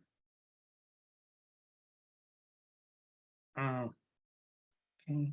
Oh, I see that. I'm sorry about that. No, it's all right. Yeah, and there's on the J Street side, there's a fire hydrant there, so we wouldn't be able to do anything there. I mean, we'll down the road, you know, we might have a conversation later with doing some outside seating, but as of now, no, and the license isn't applying for it. So it's a small little, you know, it's a 700 square foot spot, just a little cocktail bar with some oysters, as Mike said. Okay, thank you. Questions from members of the committee? Members of the HESS committee have questions for 14J. Mr. Ryan. Yes, good evening, Chair Smith. Good evening, everybody. You're requesting a 4 a.m. closing on the weekend? Yes, Thursday, Friday, and Saturday. Okay. You're not at all concerned about how the community is going to accept that's a very late / early closing, even for the weekend, 4 a.m. Early closing or late closing? Well, I'm saying yes. Early because you're into the next. You're definitely into the next morning. Well, definitely early in the morning. Yes, it's about the time I wake up. Yeah. I think they're looking more at it as something that if there's some people coming by, they want to have something later on. I don't think they're expecting to stay open 4 a.m. every day on the weekend. No, on the weekends, Just in specifically case. on the weekend. Yeah. It's more of a just in case thing. It's the same thing he has at his other restaurant. Not a lot of people stay late. A lot of times he was saying he closes at 1:30 in the morning, even on the weekends. It all depends on if people come by. Okay. Yeah, and I can speak to that too. That, you know, the typical hours for the cocktail bars in that neighborhood are 2 a.m. for the ones that are, you know, that Adam and I frequent. And that's typically what what we would do for the weekends. And like Mike was saying, it's just basically, those hours. I've had weddings at Maracuja. We've had rehearsal dinners, things like that for our neighborhood people that are looking to gather where we can offer them an affordable space to do those parties. And that's really what those hours, that request hours are there for, because those things happen on the weekend. But obviously, we're open to that discussion with the community board and with this, the neighborhood as well. We're not, not set in stone, and we're happy to amend those if necessary, but that's the reasoning behind them. Yeah. Okay, thanks. Ms. Thurston. Thanks.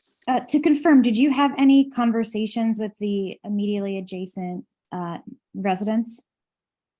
So I can speak to that. We initially had gone out one day and gotten signatures, and then I was told the community board no longer take signatures, they take letters. So I did go back and stand around and tried to talk to some folks. We did get a letter from someone who works at 20J, which is the building above the office, but I did not talk to any of the, I don't think, immediately adjacent neighbors. So because you have no letters of support from adjacent neighbors, and this time is actually significantly later than the places around, they typically close at 10 or 11, and you're suggesting potential events, I'm curious if you're amenable to a significantly earlier closing time, so let's say 1 a.m. on the weekends and midnight the rest of the time. You can always come back and ask for an amendment, but this is quite late for the area. We do have, I believe, just as a conversation, Superfine and Gare, which is the newest cocktail bar, open till 2 a.m. on the weekends, and we're also, and I think Would a you little be more. open to the 1 a.m. on the weekends and midnight during the week? I'll let Eric answer that. He's the operations manager. Yeah, I mean, if that's your concern, and we can demonstrate, our operations and have a conversation later down the road, I think that's something that we're willing to do. The building that we're in is a commercial space. There's no residential above it. The only residents are, and the ground level across from us is commercial. Then there's the power plant, kitty corner, right? So the only residential, and Mike can speak to this too, I believe, is on John Street, across and above. Yeah, and like Adam said, we were able to get signatures, but not necessarily letters from a lot of the neighboring residents. But if that's what the community board wants to lead out with us, and we can have a conversation down the road about getting possibly 2 a.m. what some of the other spots have, I think that's acceptable for us. Okay. Other questions from members of the committee? Questions from members of the community or board members for this application? Application being 14 J Street.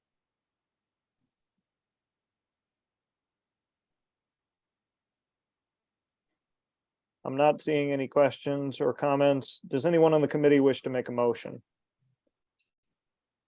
Mr. Ryan. I'd like to make a comment. I think that I'm going to have to make this as part of my mantra. But again, with all the hiring going on in our community, I'm wondering if that the owners are aware of New York City Technical College.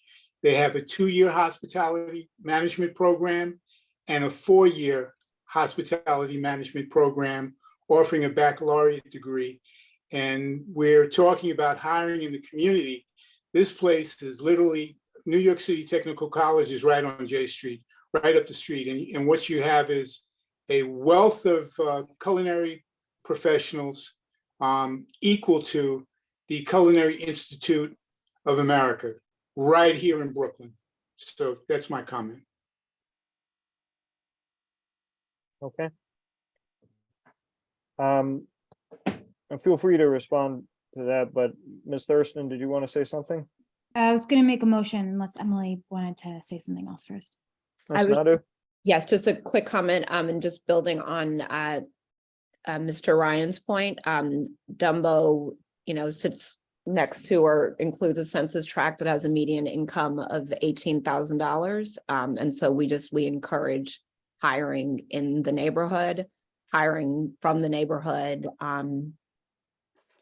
Yes. Yeah, I mean, maybe I could just say that, I live here and this is the reason why I wanted to open this as something for the neighborhood, both hiring people from it and also thinking of it as a community location. We have a lot of tourists here, obviously, but my desire to do this is to create an affordable space for local people, and we definitely will take all those recommendations obviously into consideration. Okay. Does anyone on the committee wish to make a motion at this point? Yeah, I'll make a motion to approve with a 1 a.m. close Thursday through Saturday and a midnight close Sunday through Wednesday. Is there a second? I second. Second. from I Ms. second. Okay. Yes. Discussion on the motion. Any discussion? Hearing none. Haven't heard this. I vote in favor. Ms. Cobb, how do you vote? In favor. Ms. Thurston, how do you vote? In favor. Mr. Ryan, how do you vote? In favor. Ms. Nadu, In favor. Ms. Alston, In favor. Ms. Kent. In favor. Okay. Did I miss anyone? Think so. Congratulations. Good luck. Thank you, everyone. Appreciate it. Next up, 860 Fulton, Belli. Do we have someone here from this location? Michael Kelly again. Andreas Wang is with me. He's the owner. The other owner is Andreas Rojas. So this is a on-premise liquor license application for Belli Monstre LLC located at 860 Fulton Street between Clinton and Waverly Avenues. DBA is Belli. The two owners of the new applicant have operated here on the Belli Fulton Corp. Since January of 2013 with an on-premise liquor license, and they are well loved by the neighbors. All we're actually doing here is changing from a corporation to an LLC for tax purposes on the advice of their accountant. There won't be any other changes. It'll still be a full-service Italian restaurant, and the applicant does have a takeout area for empanadas. There are 28 tables with 64 seats and a 10 bar stools on the first floor. Place is ADA accessible and always has had an ADA bathroom. The hours of operation will be 11 a.m. to 10 p.m. Sunday to Wednesday, and 11 a.m. to 11 p.m. Thursday, Friday, and Saturday. There are no private events. There is background music. There are 18 employees, and we'll be keeping all of them. We do have 10 tables and 20 seats on the sidewalk under the current open restaurant seating program, and would be keeping those. And if there are any questions, we'll be happy to answer them. For the outdoor seating, when does that close? Andreas? Well, the premise closes at 10 p.m. during the week and 11 p.m. on the weekend. Okay. So we would assume the. Do you think you could outside- update the application just to sort of indicate that? Because you do have outdoor seating. Yes. But, it obviously is of that nature. Questions from members of the committee?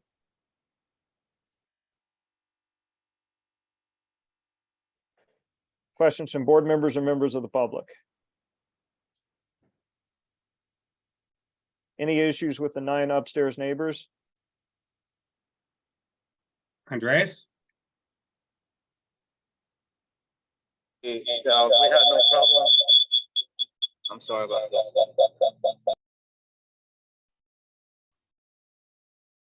Okay, you're on mute, Mr. Andreas. The question is really just, have there been any concerns from the neighbors that have been raised? Mr. Andreas is indicating no. All right. I've spoken to him about it. He's never had a problem there at all. Okay, great. All right. Does anyone on the committee wish to make a motion? I offer motion that we approve this application. Motion from Ms. Cobb. I second the motion. Is there a discussion? Hearing no discussion, I vote in favor. Ms. Cobb, how do you vote? In favor. Ms. Kent, how do you vote? In favor. Ms. Alston, In favor. Ms. Thurston, In favor. Mr. Ryan, In favor. Ms. Onadu. In favor. I think that is everybody. Thank you very much. Good luck. Okay, thank you. Thank you. Next up, we've got 65J Junsui. 65J, anyone here from this location?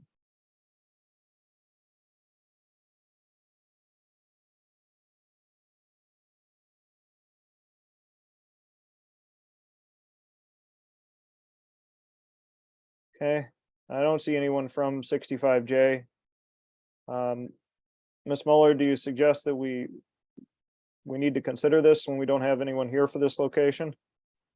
That's correct, but luckily, I believe their hours are pretty modest for the surrounding location, and it is. Let me stop share for a second.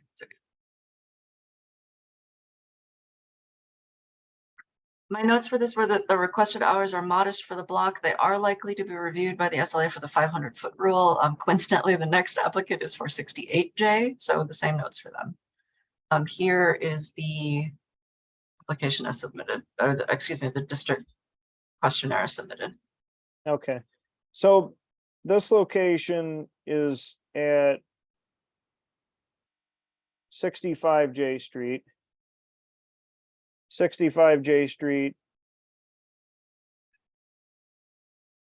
is located between Water and Front. From the nature of the application, what I can see is that the proposal is they will close Sunday through Wednesday at midnight, Thursday, Friday, Saturday at 1 a.m., no outdoor seating. They will have private events, 12 p.m. to 10 p.m. And they will have background music only. There will be private events will be 7 days a week, and there are 25 residential units adjacent on either side of the premises and 105 units behind the premises. So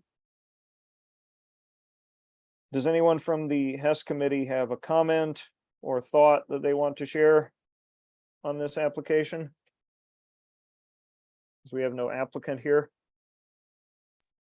I'm happy to make a motion. Okay, let me just ask, does anyone from the public have a comment or question that they want to raise, or a member of the board have a comment or question about 65J?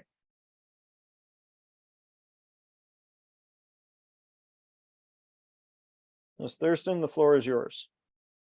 Given the applicant not attending and us not being able to learn more about these private events, as well as information missing in the application about spaces they have previously managed that was left blank, I motion that we approve the application with the exception of private events, which I think we can do, but Taya, catch me if we can't.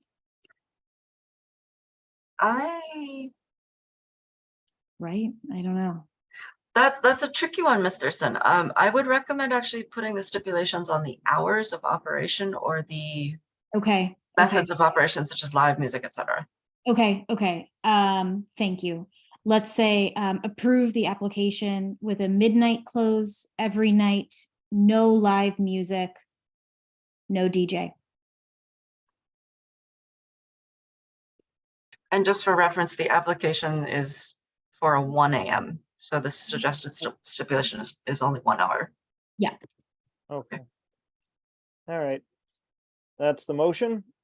I'll second the motion for the purpose of discussion. Does anyone on the committee have a discussion about Ms. Thurston's motion?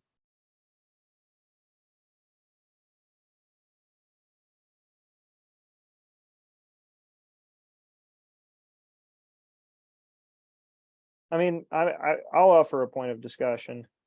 I don't want to be expeditious, but I'm honestly a little concerned about approving this motion, considering that they're going to have private events and we don't know who's going to be managing them. We don't know any of the details. It could be great, or it could be terrible, or it could be benign. So I'm not 100% sure I'm in favor of this. Are there others on the committee who have thoughts or comments about it? Ms. Thurston? Yeah, I very much share your concern. If there are other ways that we can limit that, because otherwise we know it's just going to be approved by the SLA. So if there are other restriction, maybe it's even an even earlier close. I'm not sure, but I'm totally open to friendly amendments. Yeah, if anyone has any thoughts, feel free to share. Question, it can't be tabled? That's So correct. Be approved in 30 days. Yeah, the nature of this is if it's tabled, then we just have no motion from the board, and they can take that to the SLA and the board hasn't spoken. Okay. Just like with any other motion, we can approve with conditions, we can disapprove with conditions. Those are the options, and this is a motion to approve with conditions.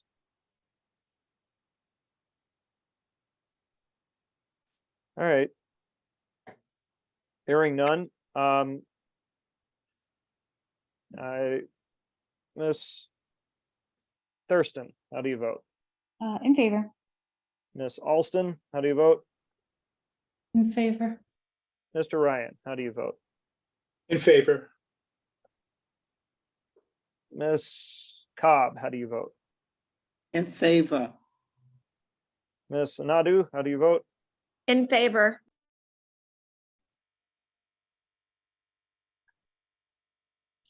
And Ms. Kent, did I get you? No, but I'm in favor. Okay. For lack of any better option, I'm going to vote no. Next, motion's approved. We've got 857 Atlantic Socialites Lounge. Do we have someone here from this location? Yeah, Nathaniel. And Miss Kamara, sorry. Ooh, no, don't let this one. Thank you. You can provide your presentation now. Thanks. It's not letting me share my screen. Hello? 1 second, Mr. Kina. Okay. I thought I was supposed to share my screen. Okay, there you go. So my name is Nathaniel. I'm joined with my partner Fatmata Kamara. First of all, I want to thank everybody in the community board for giving us this opportunity to present our business. It's gonna be called Socialites Lounge. It's pretty much gonna be a restaurant that's serving food and drinks to the community that are of age. In the sense that we're gonna be serving alcoholic and non-alcoholic beverages. We were advised that during our research, we were advised that we have to come to the community board together to get an approval to actually serve in that community space. And so that's why we're here. I don't know. Mr. Kina? Yeah. I don't know if you're trying to share screen, but there's nothing showing. Okay, I can share it now.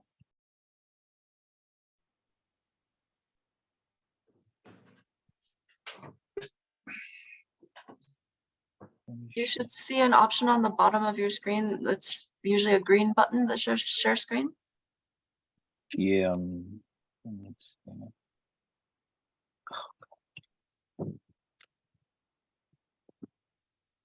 Yeah, I see it, but it's telling me. If you're just trying to share the documents that were the district questionnaire that was submitted, I can share that for you. Yeah, that's what I need. Okay, That's what I'm trying to show.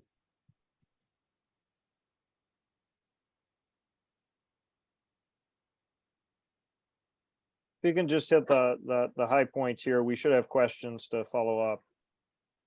Okay, so it's gonna be located in 857 Atlantic Avenue in Brooklyn. The spot actually had Social Butterfly, which is pretty much a restaurant too. So they held a liquor license till 2020 when COVID hit and they closed down. So we're looking to open a restaurant that's gonna serve the community, and we're gonna be open from Sunday through Wednesday. We're gonna be open 11 a.m. to 10 p.m. and on the Thursday through Saturday is gonna be 11 a.m. to 2 a.m. We're gonna be having music, background music, live acoustic music, live amplified music, and a DJ. But all that is gonna be indoors while abiding by the what do you call it? The music not exceeding the 42 decibels by the NYC law. Also, we're gonna be employing people from the community as much as we can. It's going to be a small space, so however we can help in employment, we're going to do that. The bar is going to have 10 seating capacity by the bar. The eating area stroke lounge area is going to have 12 tables and seating capacity for 36 people. We have 2 bathrooms for male and female. So we'll also, we also recognize the LGBT community in this regard. So that's pretty much it. Also, we did speak to the occupants in the same building, and we actually have recommendations from them, and they were excited about the idea, and so they did approve that we do something like this over there. So that's And okay. Can you hear me? We can hear you, yeah. Okay, hi, I'm Ms. Kamara. I'm Mr. Ikina's business partner. As my partner stated before, this spot used to be a lounge before that closed during COVID time. And he and I, we're both nurses, and we are trying to venture out into another aspect of life, which is not as serious as the work that we do. And we were very excited to see this space because it used to be a lounge, and we want to just have a spot where people from the community after work can come and socialize and eat good food, watch sports on the TV screen. Where it's right near the Barclays Center. So if an event is or sport is playing and our customers don't feel like going there, they can come to a nice and relaxing space to eat, watch their favorite sports team playing on TV. And if they choose to want a wine or beer, we would like to have the ability to do so legally. We are gonna be an indoor business. We serving professionals and people from the community. We also trying to make sure that we are for the community. We're going to employ people from the community. And as somebody who went to school, nursing school right there, LIU in Brooklyn, I know Brooklyn and the people around. So we know what is kind of expected of the neighborhood. So we just want to have a space where everybody, no matter what part of life you come from, Brooklyn is a melting pot. We want to be able to serve everyone. We know some people don't like to drink. Some people just want to eat good food and drink juice and water. I don't drink personally, but I want to be able to serve my clients if that is what they choose when they enter into our business. So that is why we are here today asking for to be approved to serve liquor license so we can be in compliance with city, state, and federal laws in a nutshell. Great, thank you. Ms. Muller, what was the nature of these 4 letters of concern that was received about this location from members of the community?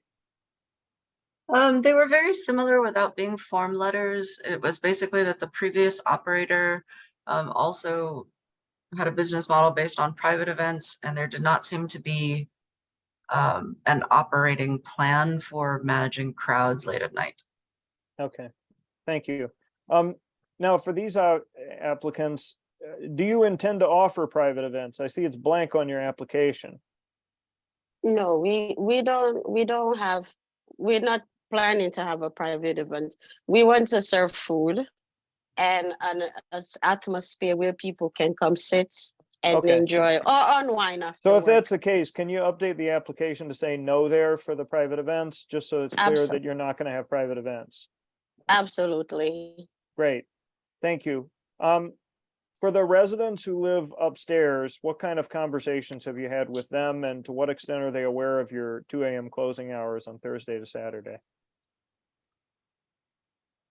Oh, we did. There was a time when we were there, and like there was a young lady who came, and we had a conversation with her, and she gave us a phone number. She was like, call me if you need anything, and she welcomed the idea. And also we also were opportunity to meet a couple too that live upstairs, and they gave us the same feedback and approval. They didn't really have any problem with that. We told them everything. We had like, we're talking for up to 10-15 minutes, and it was all smiles on their face, and they were excited about the idea. And even as we were there trying to like do restructuring, just clean the inside and stuff, we had people come in and they were like, oh, are you guys reopening? I'm like, no, we're not the former people, but we're the new people. And they're like, oh yeah, we're ready. I live on the back, and I'm anticipating when you guys open up. So it was very positive. It's just that we already had a document sent in, so we couldn't really get more stuff and more signatures at the time. But yeah, we had positive feedback. Okay, thanks. Questions from members of the committee? Members of the committee have questions for the applicant?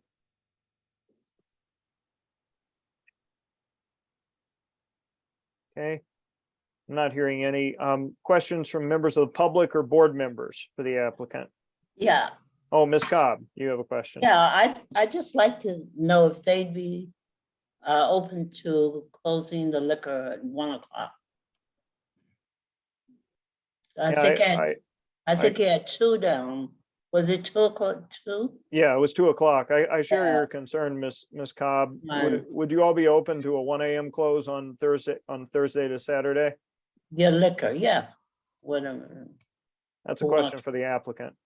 I'm Yes, just yes, asking. that's okay. Yes, we'll be open to do that. That's fine. Okay. All right. Any other questions from members of the public, board members, or members of the committee?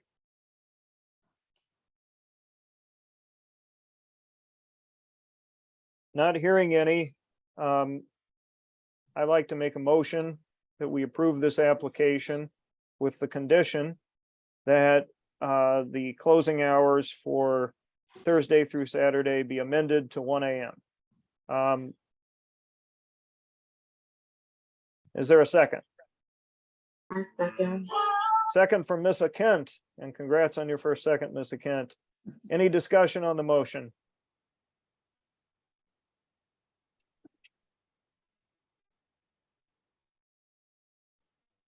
Hearing none, I vote in favor. Ms. Cobb, how do you vote? In favor. Ms. Kent, how do you vote?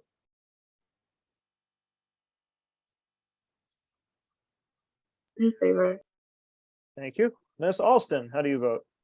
In favor. Ms. Thurston? In favor. Ms. Anadu? In favor. Mr. Ryan? In favor. And I don't see anyone else. Congratulations and good luck with your establishment. Thank you very much. Thank you. All right. Next up, we're moving on to expansion onto municipal property. We have 154 Carlton, Taqueria, Fort Greene. Is there someone here from this location?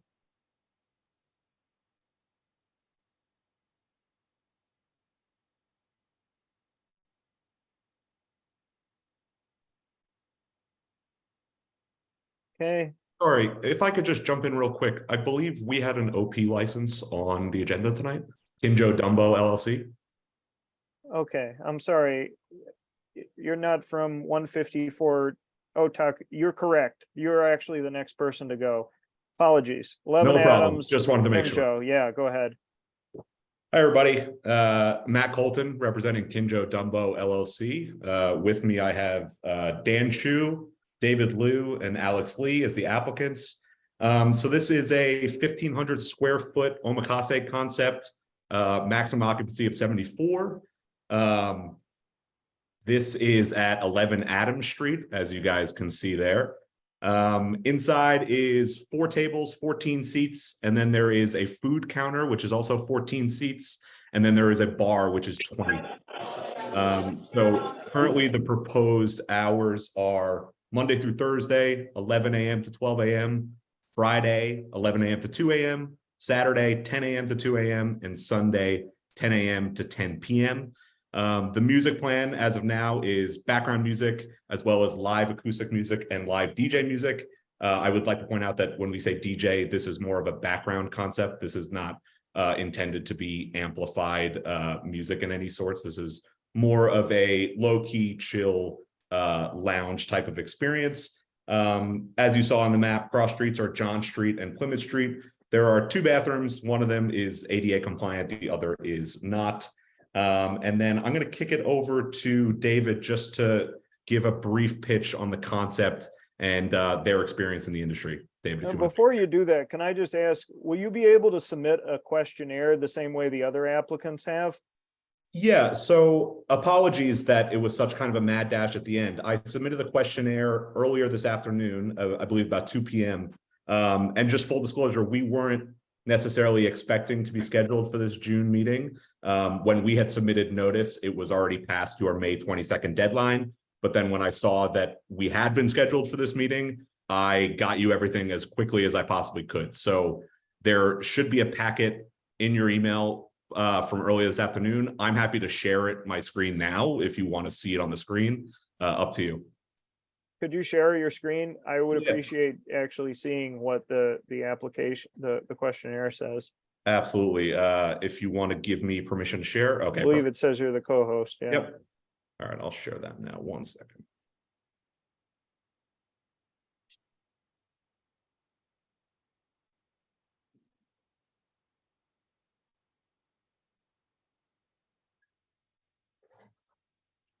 Okay.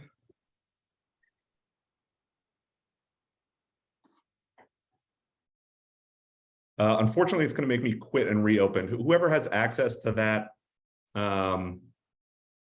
email address, is there any way you could pull that I sent earlier this afternoon? Or I can always quit and come back. It'll just take me a minute. I should be able to grab that, Chair Smith. 1 second. Great, thank you so much.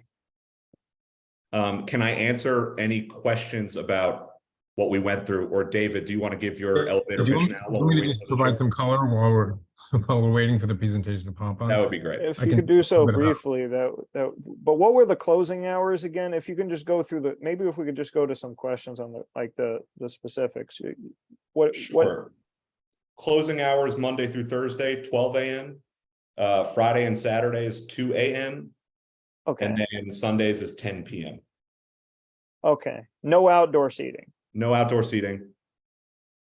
Okay. And no open windows, doors, anything like that. Right. But you're going to have private events. And what will these private events be? So I can let David speak to those a bit more if you want to run through that, David. Yeah, let me qualify. These are private events that we see as like serving a need for the actual community. I mean, I've been a long-term resident here since the mid 80s and in Dumbo, certainly since the early 90s. And one of the things that we've always found challenging is for many of the nonprofits my wife and I work with, or for our schools, to actually have an event or to have a end of year Christmas party for a company where you want to take over the restaurant or bar. There are not a lot of options here in this area. And so we wanted to be able to provide that as an opportunity or an asset for the community to take advantage of. This is not core to our business, but we wanted to be able to have that as an option to present to our local customers.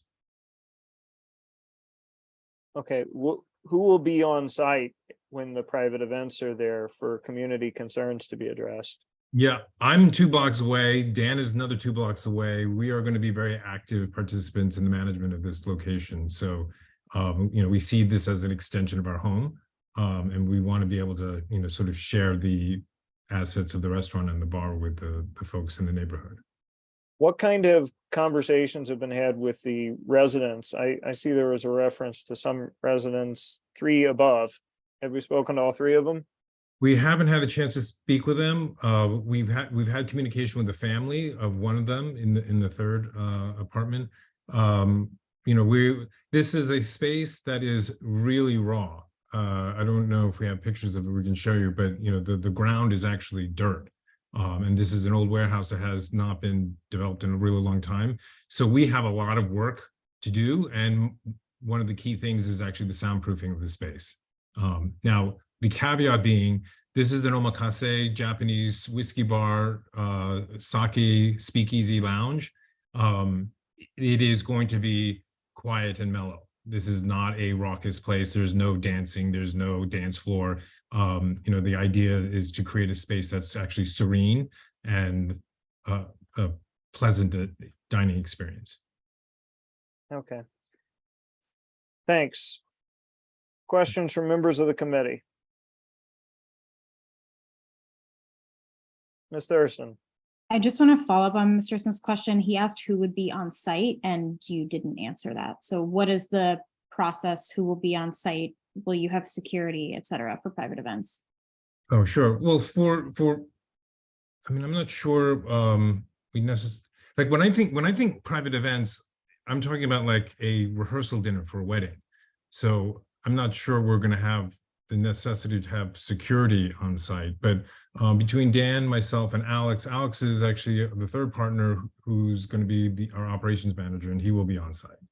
So, we're not going to rent out the space and just be like, see you tomorrow morning. I mean, most of the things that we're going to be doing actually involve our food, will involve our liquor and our alcohol. So it's more that we're giving people the opportunity to buy out the space for the night versus take it over and just do what they want. Okay. Other questions from members of the committee, members of the board, or members of the public for this application? Mr. Ryan.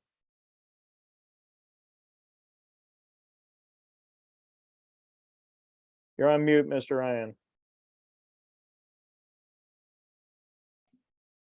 There you go. I don't really know how to really ask my question, but I'm very familiar with omakase, and that's you're putting your hands in, you're putting yourself in the hands of the chef. And an omakase restaurant tends to be, it can be exclusive. How are you going to be inclusive? Is there going to be an affordable lunch menu? I think omakase is a great idea, but it can be, very exclusive, and it can be very expensive. So I appreciate the whole concept, but is it going to be inclusive? I am so glad you asked that question because this is core to our whole business plan. The grand irony is omakase has become really popular here in New York and in the States, and we've become familiar with it as like the little item on the lower right-hand part of the menu that is so expensive and so unattainable. In reality, if you go to Japan and you go to your local sushi, shop or sushi restaurant, omakase is how you serve sushi. It is what is called chef selection, and it is what is fresh of the day. And you sit down and the chef makes you pieces and you eat until you're full and then you're done. And so our whole sort of raison d'etre with this is that we want to get this back to what it's supposed to be, which is accessible, to sustainable, high quality seafood at a very affordable price. Masa made it famous here in New York at $1,000 a seat. This is insanity. We want to be able to provide this at a much more approachable and affordable price, and to be able to, provide it as a community destination that people can come to once or twice a month. Like you would never think to go to a normal omakase place, even more than on special occasions. And so it's very much part of the reason why we're doing this, is to make it more accessible to everybody. Okay, thank you. Great. Thank you. Would you consider closing at 1 o'clock, the bar? Sure. That was my question. Great. So that was, I think we put in 2 only because we were afraid if did closing mean we had to be completely emptied? Because, we have staff that will have to clean up and doors will probably be closed and locked by 2, but we didn't know what that clear definition of close meant. So that's why we put in 2. But, to stop serving alcohol at 1, for sure, we can do that. Mr. Fulton, you can probably advise your clients better than I can, but the SLA does have rules about what time you're supposed to stop serving before the business operations close. Just a note, though, that the 1 a.m. would be consistent with the committee's recommendation for the other application around the corner. Sure, that's fine. all right. Well, hearing this and not hearing any other questions, I would like to make a motion that we approve this application contingent on the hours being changed to a 1 a.m. close on Friday and Saturday, with the understanding it will remain midnight Monday through Thursday and 10 p.m. on Sunday. Is there a second? Mr. Ryan? Second. Thank you. Discussion on the motion? Ms. Thurston? Very quick discussion point. I'm very concerned that they haven't spoken to upstairs neighbors and want to have amplified live music. So just wanted that to. Sorry, just to jump in real quick, it's not amplified. It's live music, acoustic only. Okay, thank you. But still, I think it's concerning that you haven't spoken to neighbors. Yeah. And just a reminder for everybody, we're in the committee discussion time, so only committee members have the floor to discuss this. Apologies. With respect to Ms. Thurston's comments or any other comments, do folks have thoughts they want to share on this application during the discussion? Committee members only.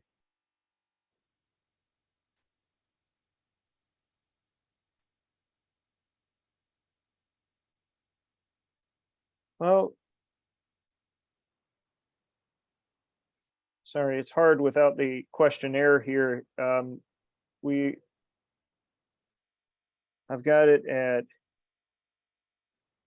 midnight, Sunday through Thursday, Friday and Saturday, 1 a.m., 10 p.m., Sunday. Ms. Muller, have we received any concerns about this location from members of the community? We have not. Okay. All right. Well, hearing nothing further, I'm going to vote in favor of my motion. Smith, I am very sorry. This application was a bit disorganized. We did receive we received several letters of appreciation from all over the district, and 2 of them were from immediately adjacent residents. Okay, thank you. As I was saying, I'm going to vote in favor of my motion. Ms. Thurston, you're my next square. How do you vote? I'm opposed. Okay. Mr. Ryan, how do you vote? In favor. Approve. Okay. Ms. Cobb, boy, you just sensed you were next. In favor. Ms. Alston? In favor. Ms. Nadu? In favor. Ms. Kent? In favor. Okay. Squares were bouncing around. I hope I didn't miss anyone, but I'm gonna say that was everyone. Motion is approved. Congratulations. Yeah. Thank you all. Have a good one. I also missed 68J, Love and Doe. We have no application for this. Is anyone here from 68J?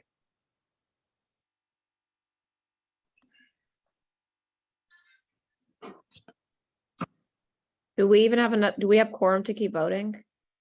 We do have quorum to keep voting. Thank you to everyone who's joined, but we will try to wrap up as quick as we can. And that shouldn't affect our decision on this motion, of course. So we have 68J, similar to one of the prior items. This is an item that is going to require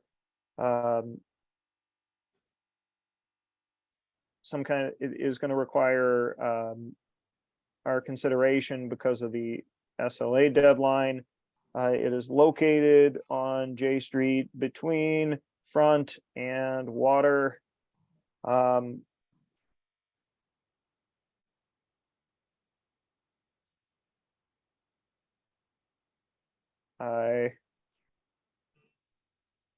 Actually, coincidentally, since we're showing the map, it's right across the street from one of the extension EMP applicants, but here's Yeah. 68J.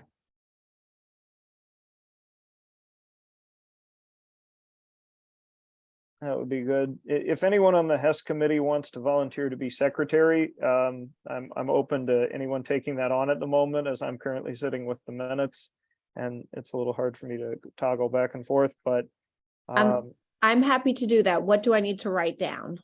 Emily, I got you. I'll send you the YouTube link tomorrow. Okay. For me to train up for future, but you got it for now.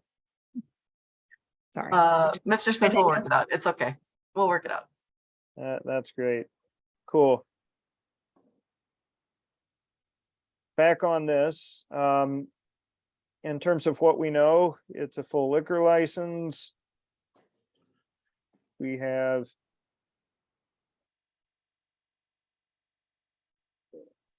likely to be reviewed for the 500-foot rule.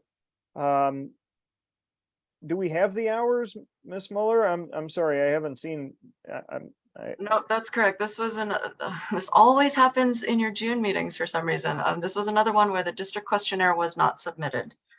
My blanket recommendation for this circumstance is to go with the standard stipulations. Okay. Well,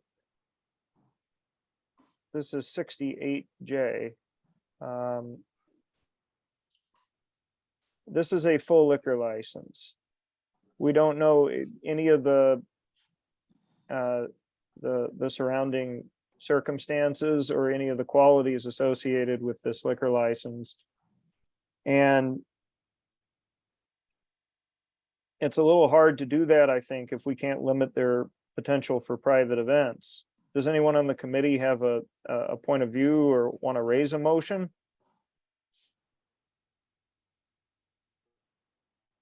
And is there anyone from the public who's here to make a comment about 68J?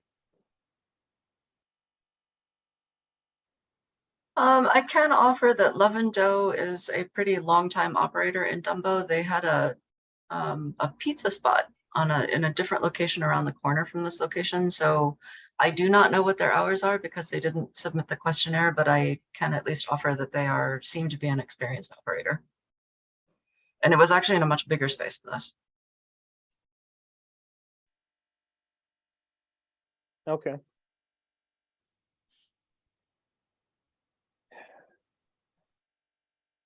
Not knowing any of the details beyond this, I'm gonna make a motion that we disapprove this liquor license on the condition that we don't have any information that would justify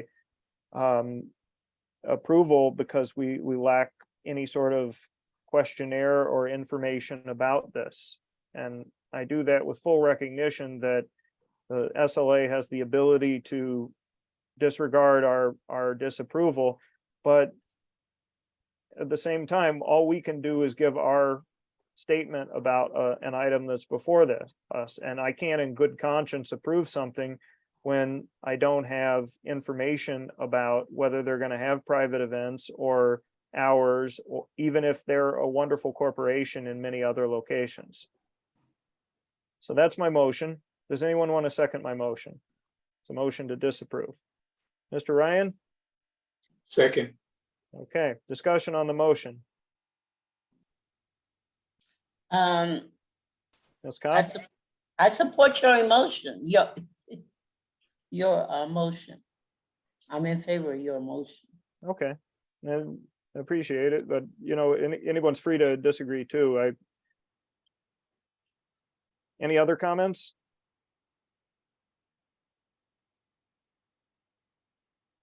All right. Having heard this, I'm going to move. I vote in favor of my motion. Ms. Cobb, how do you vote? In favor. Mr. Ryan, how do you vote? In favor of the motion. Ms. Nadu? I go with what you, yes, I approve your motion to not approve. So I'm number 4. Okay, sorry, I'm keeping count. Great. Miss Alston? In favor. Miss Kent? In favor. And I think that's everybody because Miss Thurston has left. All right. That Motion approved 600. Yep, absolutely. Ms. Nadu, I have forwarded you the minutes document. And I am already taking notes and amazing putting the information amazing. in there. You're incredible as always, and I appreciate it. Thank you. All right. So that takes care of our liquor licenses. But we have 2 expansion on municipal properties, 154 Carlton, Taqueria for Greene. And do we have anyone here from that location, 154 Carlton? Yes, hello. My name is Nicolas Matias del Sar for Taqueria for Greene. Okay, Mr. Nicholas. Okay, great. Could you explain to us, Mr. Nicholas, just what is the expansion that's going on at your location? Okay, good evening, everyone. My name is Nicolas Matias del Sar. I'm the owner manager of Taqueria for Greene, 154 Carlton Avenue. We were operating since 2020. Business already have a liquor license that was issued on February of this year. This application is to expand onto the sidewalk under the open restaurant program. I have the support from the neighbors, including the fire department. I communicate with them and provided to the board with cell phone numbers and emails, as well as the letter of support just mentioned from the for the captain of the fire department next to the business. And I am available for any question or concerns. Thank you. When will you have the outdoor seating close? Sorry, can you repeat again, please? At what hour does the outdoor seating close? Right now, I don't have any hour because only I have a few tables. The one is used next to the windows of the restaurant. Okay, looking at your application, it says about 10 p.m. on Monday, Tuesday, Wednesday, and Sunday, and midnight on, although it says 12 p.m., midnight on Thursday, Friday, Saturday. It indicates that there are, we have indications of complaints from adjacent residents about noise from your location. Have these been brought to your attention, and what have you done about them? I didn't know about that because most of my restaurant business is delivery. I don't have too many customers inside the restaurant. Okay.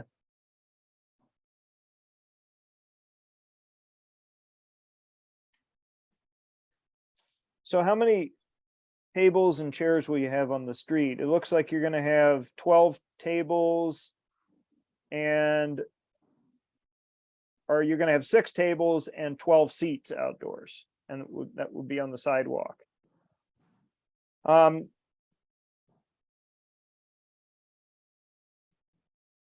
I guess from an initial standpoint, and particularly due to the fact that there's concerns, would you be willing to close these tables at 11 p.m.?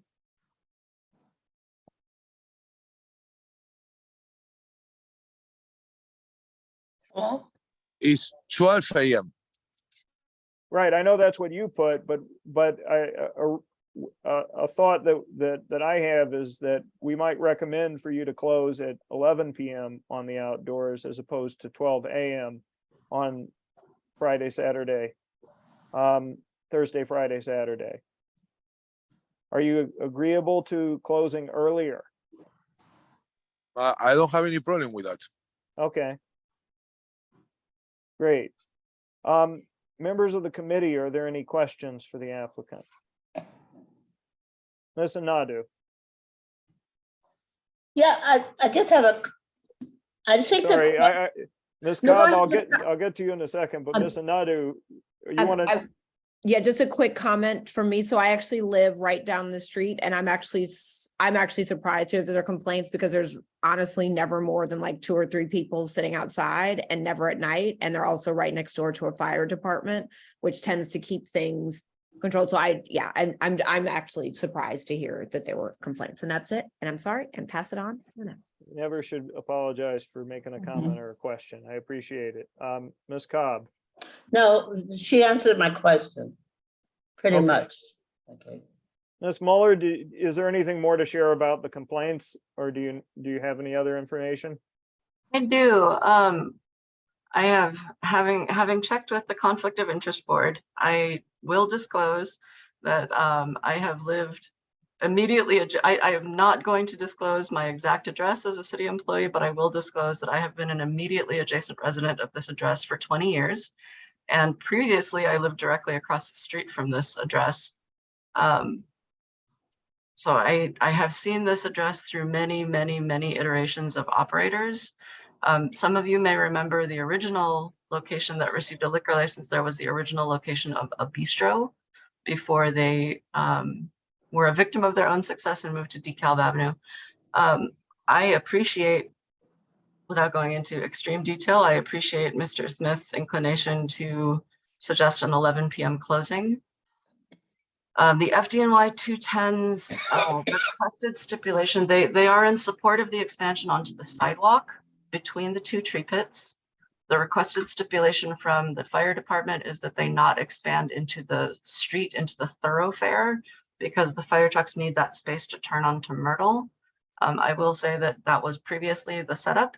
It hasn't been for about a year now.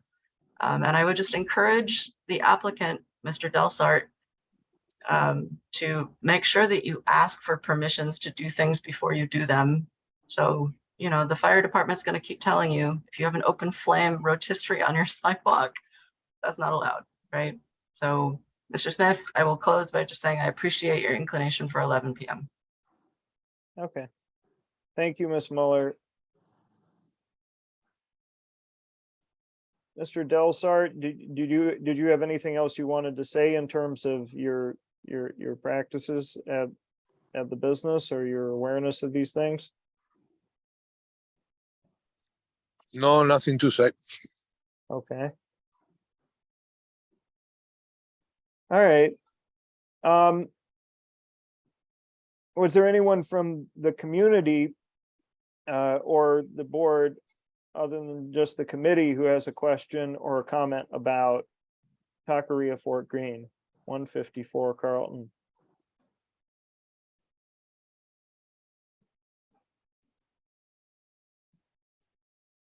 Hearing none. It was my thought, so I will make the motion that the committee approve this application with the condition of the outdoor closing hours on Thursday, Friday, Saturday be reduced to 11 p.m. And with the understanding that the applicant is going to update their application to indicate AM and PM for their closing hours. It currently indicates PM, and I understand that for at least some of the closing hours, they will be AM. Is there a second? Second. Ms. Cobb. Discussion on the motion. Any thoughts to share? I second the motion. We got you, Ms. Cobb. Okay. All right. All right. Hearing no discussion, I would like to vote in favor of the motion. And Ms. Cobb, how would you vote? In favor. Ms. Alston, In favor. Ms. Nadu, In favor, four. That's four, we're at four. that's right. We're at Okay. 4. With me. Great. Okay. Yep. Thank you. Mr. Ryan, In favor. Ms. Kent, In favor. and I think that is everybody. Thank you.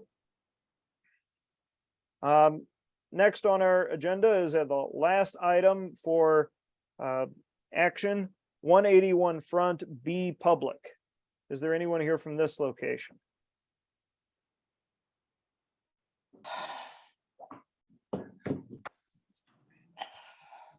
So like- I can share that this was another one that is the expansion onto municipal property type. I suspect this committee is going to begin to get a lot of these. Because it's now going to be required since we're entering post-COVID operations. Beepublic is a very small coffee shop inside the retail space below a residential building.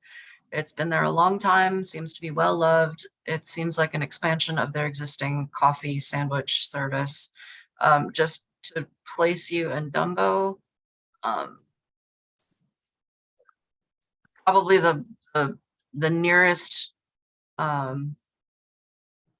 neighbor to compare it to would be Pedro's, and this is actually an aerial view of their entire sidewalk operations.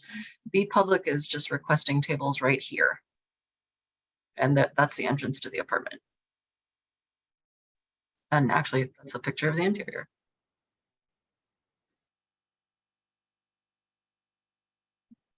So there is some precedent for outdoor seating on this block. Okay, and I can see from at least the indications on Yelp is they close at 6 p.m. on Monday through Wednesday and 9 p.m. on Thursday through Sunday. They're open at 7 a.m. as you might expect every day for a coffee shop. We can also see perhaps what they have in their website. It looks like they've got. Is this full liquor, Ms. Mueller? I was just gonna look that up 1 second. Oh, they're definitely offering full liquor on their website, so. Yes, it is. And my recommendation might be because, like I said, because they are right next to Pedro's, which is, I think, the single longest standing liquor license in Dumbo. It might make sense to go with Pedro's hours, which would be actually, and that is exact, it's 10 p.m. closure, which is the suggested stipulations for any application that doesn't appear or doesn't submit a district questionnaire.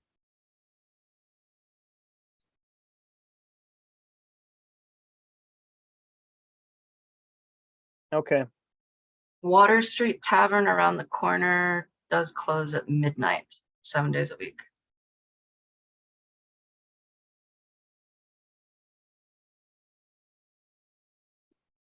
Great. I'm sorry, could you repeat the Pedro's closing hour at 10 o'clock every day of the week? Sorry. Unmute. Pedro's closes at 10 p.m. 7 days a week, and then right next to them, there's a cocktail lounge that closes at midnight 7 days a week. Okay, thank you. Okay.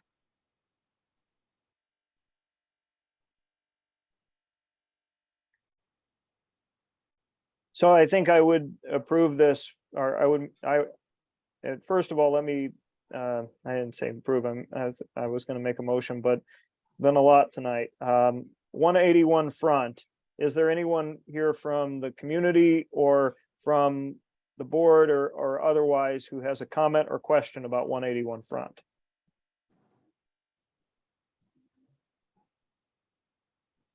Okay, hearing none. I will make another motion, this time that we approve 181 Front with the conditions that they have no outdoor service, no live music or DJ, and a 10 p.m. closure daily. Mr. Smith, the application type is for an expansion onto the sidewalk. Okay, but we have no questionnaire. So we don't know any of these circumstances, correct? Oh, so this is an expansion onto the outdoors, yeah. Yes. All right. So expansion onto municipal property, the whole applicant, they already have a license. The EMP is just making official their expansion onto the sidewalk. Okay. I mean, I kind of feel like if you're gonna go onto the sidewalk and do outdoor seating, then you should come to the meeting and give your hours. I don't know what the status of residents or anything else is at 181 Front Street. It appears to be in Dumbo, and I'm aware of there being significant concerns about outdoor serving on Front Street in Dumbo. So with all of that considered, this being an expansion, I don't have any problem with their existing operations, but I'd make a motion that we disapprove the expansion. And I'll ask, does anyone have a second?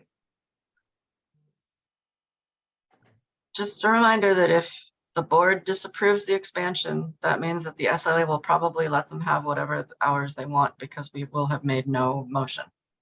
Okay.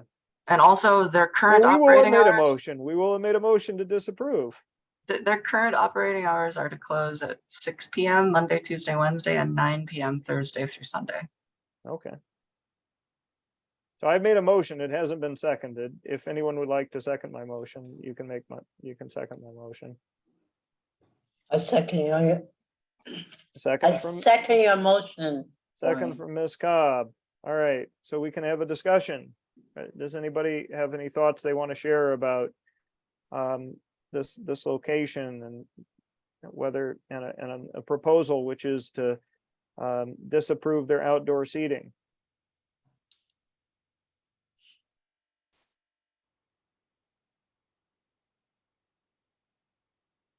I'm not hearing any. And hearing no discussion, I will vote in favor of my motion to disapprove. Ms. Cobb, how do you vote? In favor. Ms. Nadu? In favor. And Mr. Ryan? In favor. Ms. Kent? In favor. Ms. Alston? In favor. Thank you very much. I believe that is unanimous. And we have spoken in that regard. All right, chair report. It's a late hour, so I will just remind everyone of the health fair this Saturday, 11 a.m. to 4 p.m. in Commodore Berry Park. We're obviously going to keep an eye on the air quality and make a decision about whether to go with our backup date of June 24th. But we're going to do what's in line with public health guidelines. I'm not going to say more than that, but if you're a member of the committee, this idea came from this committee, and we'd love to have you out there on either this Saturday or June 24th if we get postponed to that. Just drop me an email if you'd like to support and volunteer for the health fair, or just feel free to come out. We'd love to have you.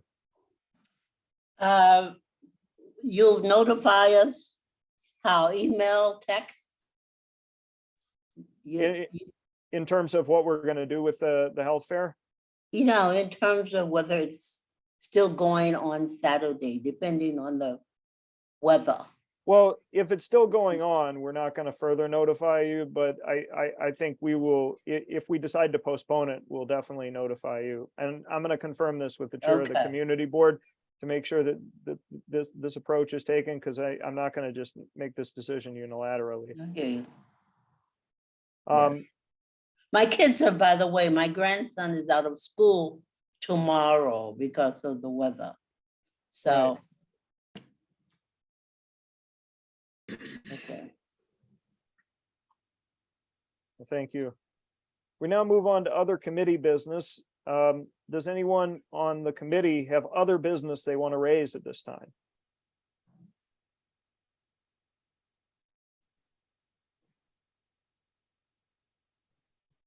Ms. Nadu. I'll be doing my annual Juneteenth event in Fort Greene Park on June 18th. And as part of that, we'll be distributing 500 bags of produce to the residents in the Walt Whitman houses. So we'll basically just have tables set up, 500 net reusable bags. So imagine just a free produce market. So no support needed, but if people know people that live in Walt Whitman, we'll be out there, so you won't be able to miss us, but that will be from 10 to 2 during the Juneteenth celebration. Okay. Thank you, Ms. Nadu. That's exciting. Mr. Ryan. Yeah, I have, am I on? Okay, I'm off mute. Some concerns and about what I'm seeing in the community, and such as a lot of adolescents early in the morning smoking marijuana. And is it a possibility we can have someone come in from, I think you call OSA, to address what is a potential problem, maybe to speak to it and see what the plan is for the, this was, I walk a lot in the community, and I see a lot of kids now before school smoking marijuana, and in some cases it looks like marijuana cigarettes that are actually that you buy, not self-rolled. So Okay. that's if we could do something. Yeah. Now, you said you wanted to have somebody come and speak from somewhere, but I couldn't quite catch it. HESS. I think it used to be called the Office of the State Organization, Office of Substance Abuse Services, or it could be from the New York City Department of Mental Health. But I think that, and it not only what I saw with my own eyes, but with the article that was also raised in the New York Times about the abuse going on with adolescents in and around the city.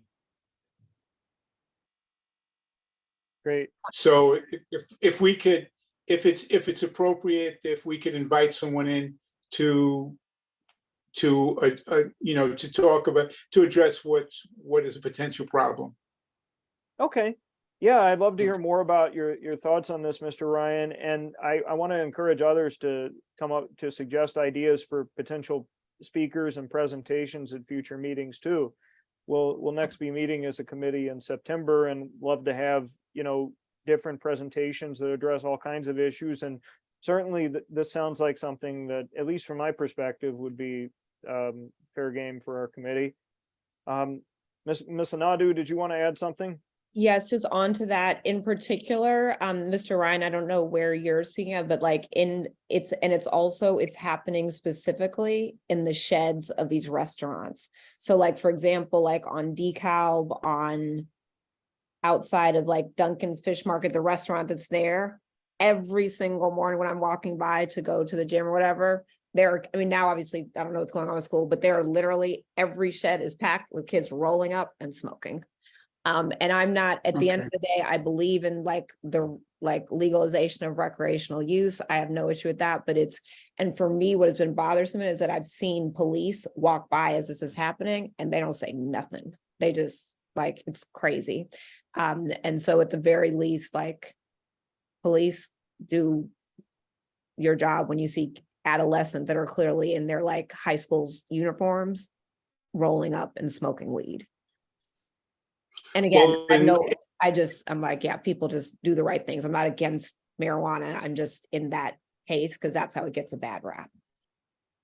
I think, yes, I quite agree with Mr. Ryan to talk about the mental and physical health, which can also lead to incarceration and other kinds of issues in the community. So that was an excellent suggestion, yes. Absolutely. Okay. It puts our youth at risk, basically. Our community at risk. Yes. And these shops also, I've seen shops where the young men standing around in front of the shops getting high who has the responsibility to monitor there? And I think that's what Ms. Anadu is talking about. Who has a responsibility to monitor? So, yes. I get your point, and we'll keep this in mind when we're working out meeting agendas for the fall and see if there's something we can do to address this point. Any other points of business to raise in the other business section of our meeting? I just want to say, Brian, chairperson, at some point the brain shuts down. Right. And it stops functioning. Okay, I just want to throw that out. So everything is okay. Approve another. It's because we're tired. Okay? For whatever it's worth. Right. I have some ideas on making sure Consider. that we don't have another circumstance like this, but Consider. Okay. we will take that up and appreciate your comment, Ms. Cobb. Yeah. Other points of business for other committee business. Anyone have other committee business to raise?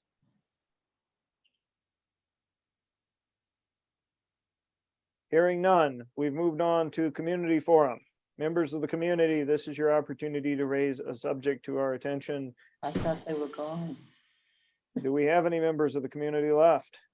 I think everybody's gone. We still have Miss Ramona. Miss Ramona is a Yeah, Miss constant. Ramona. And Hi, Miss Ramona.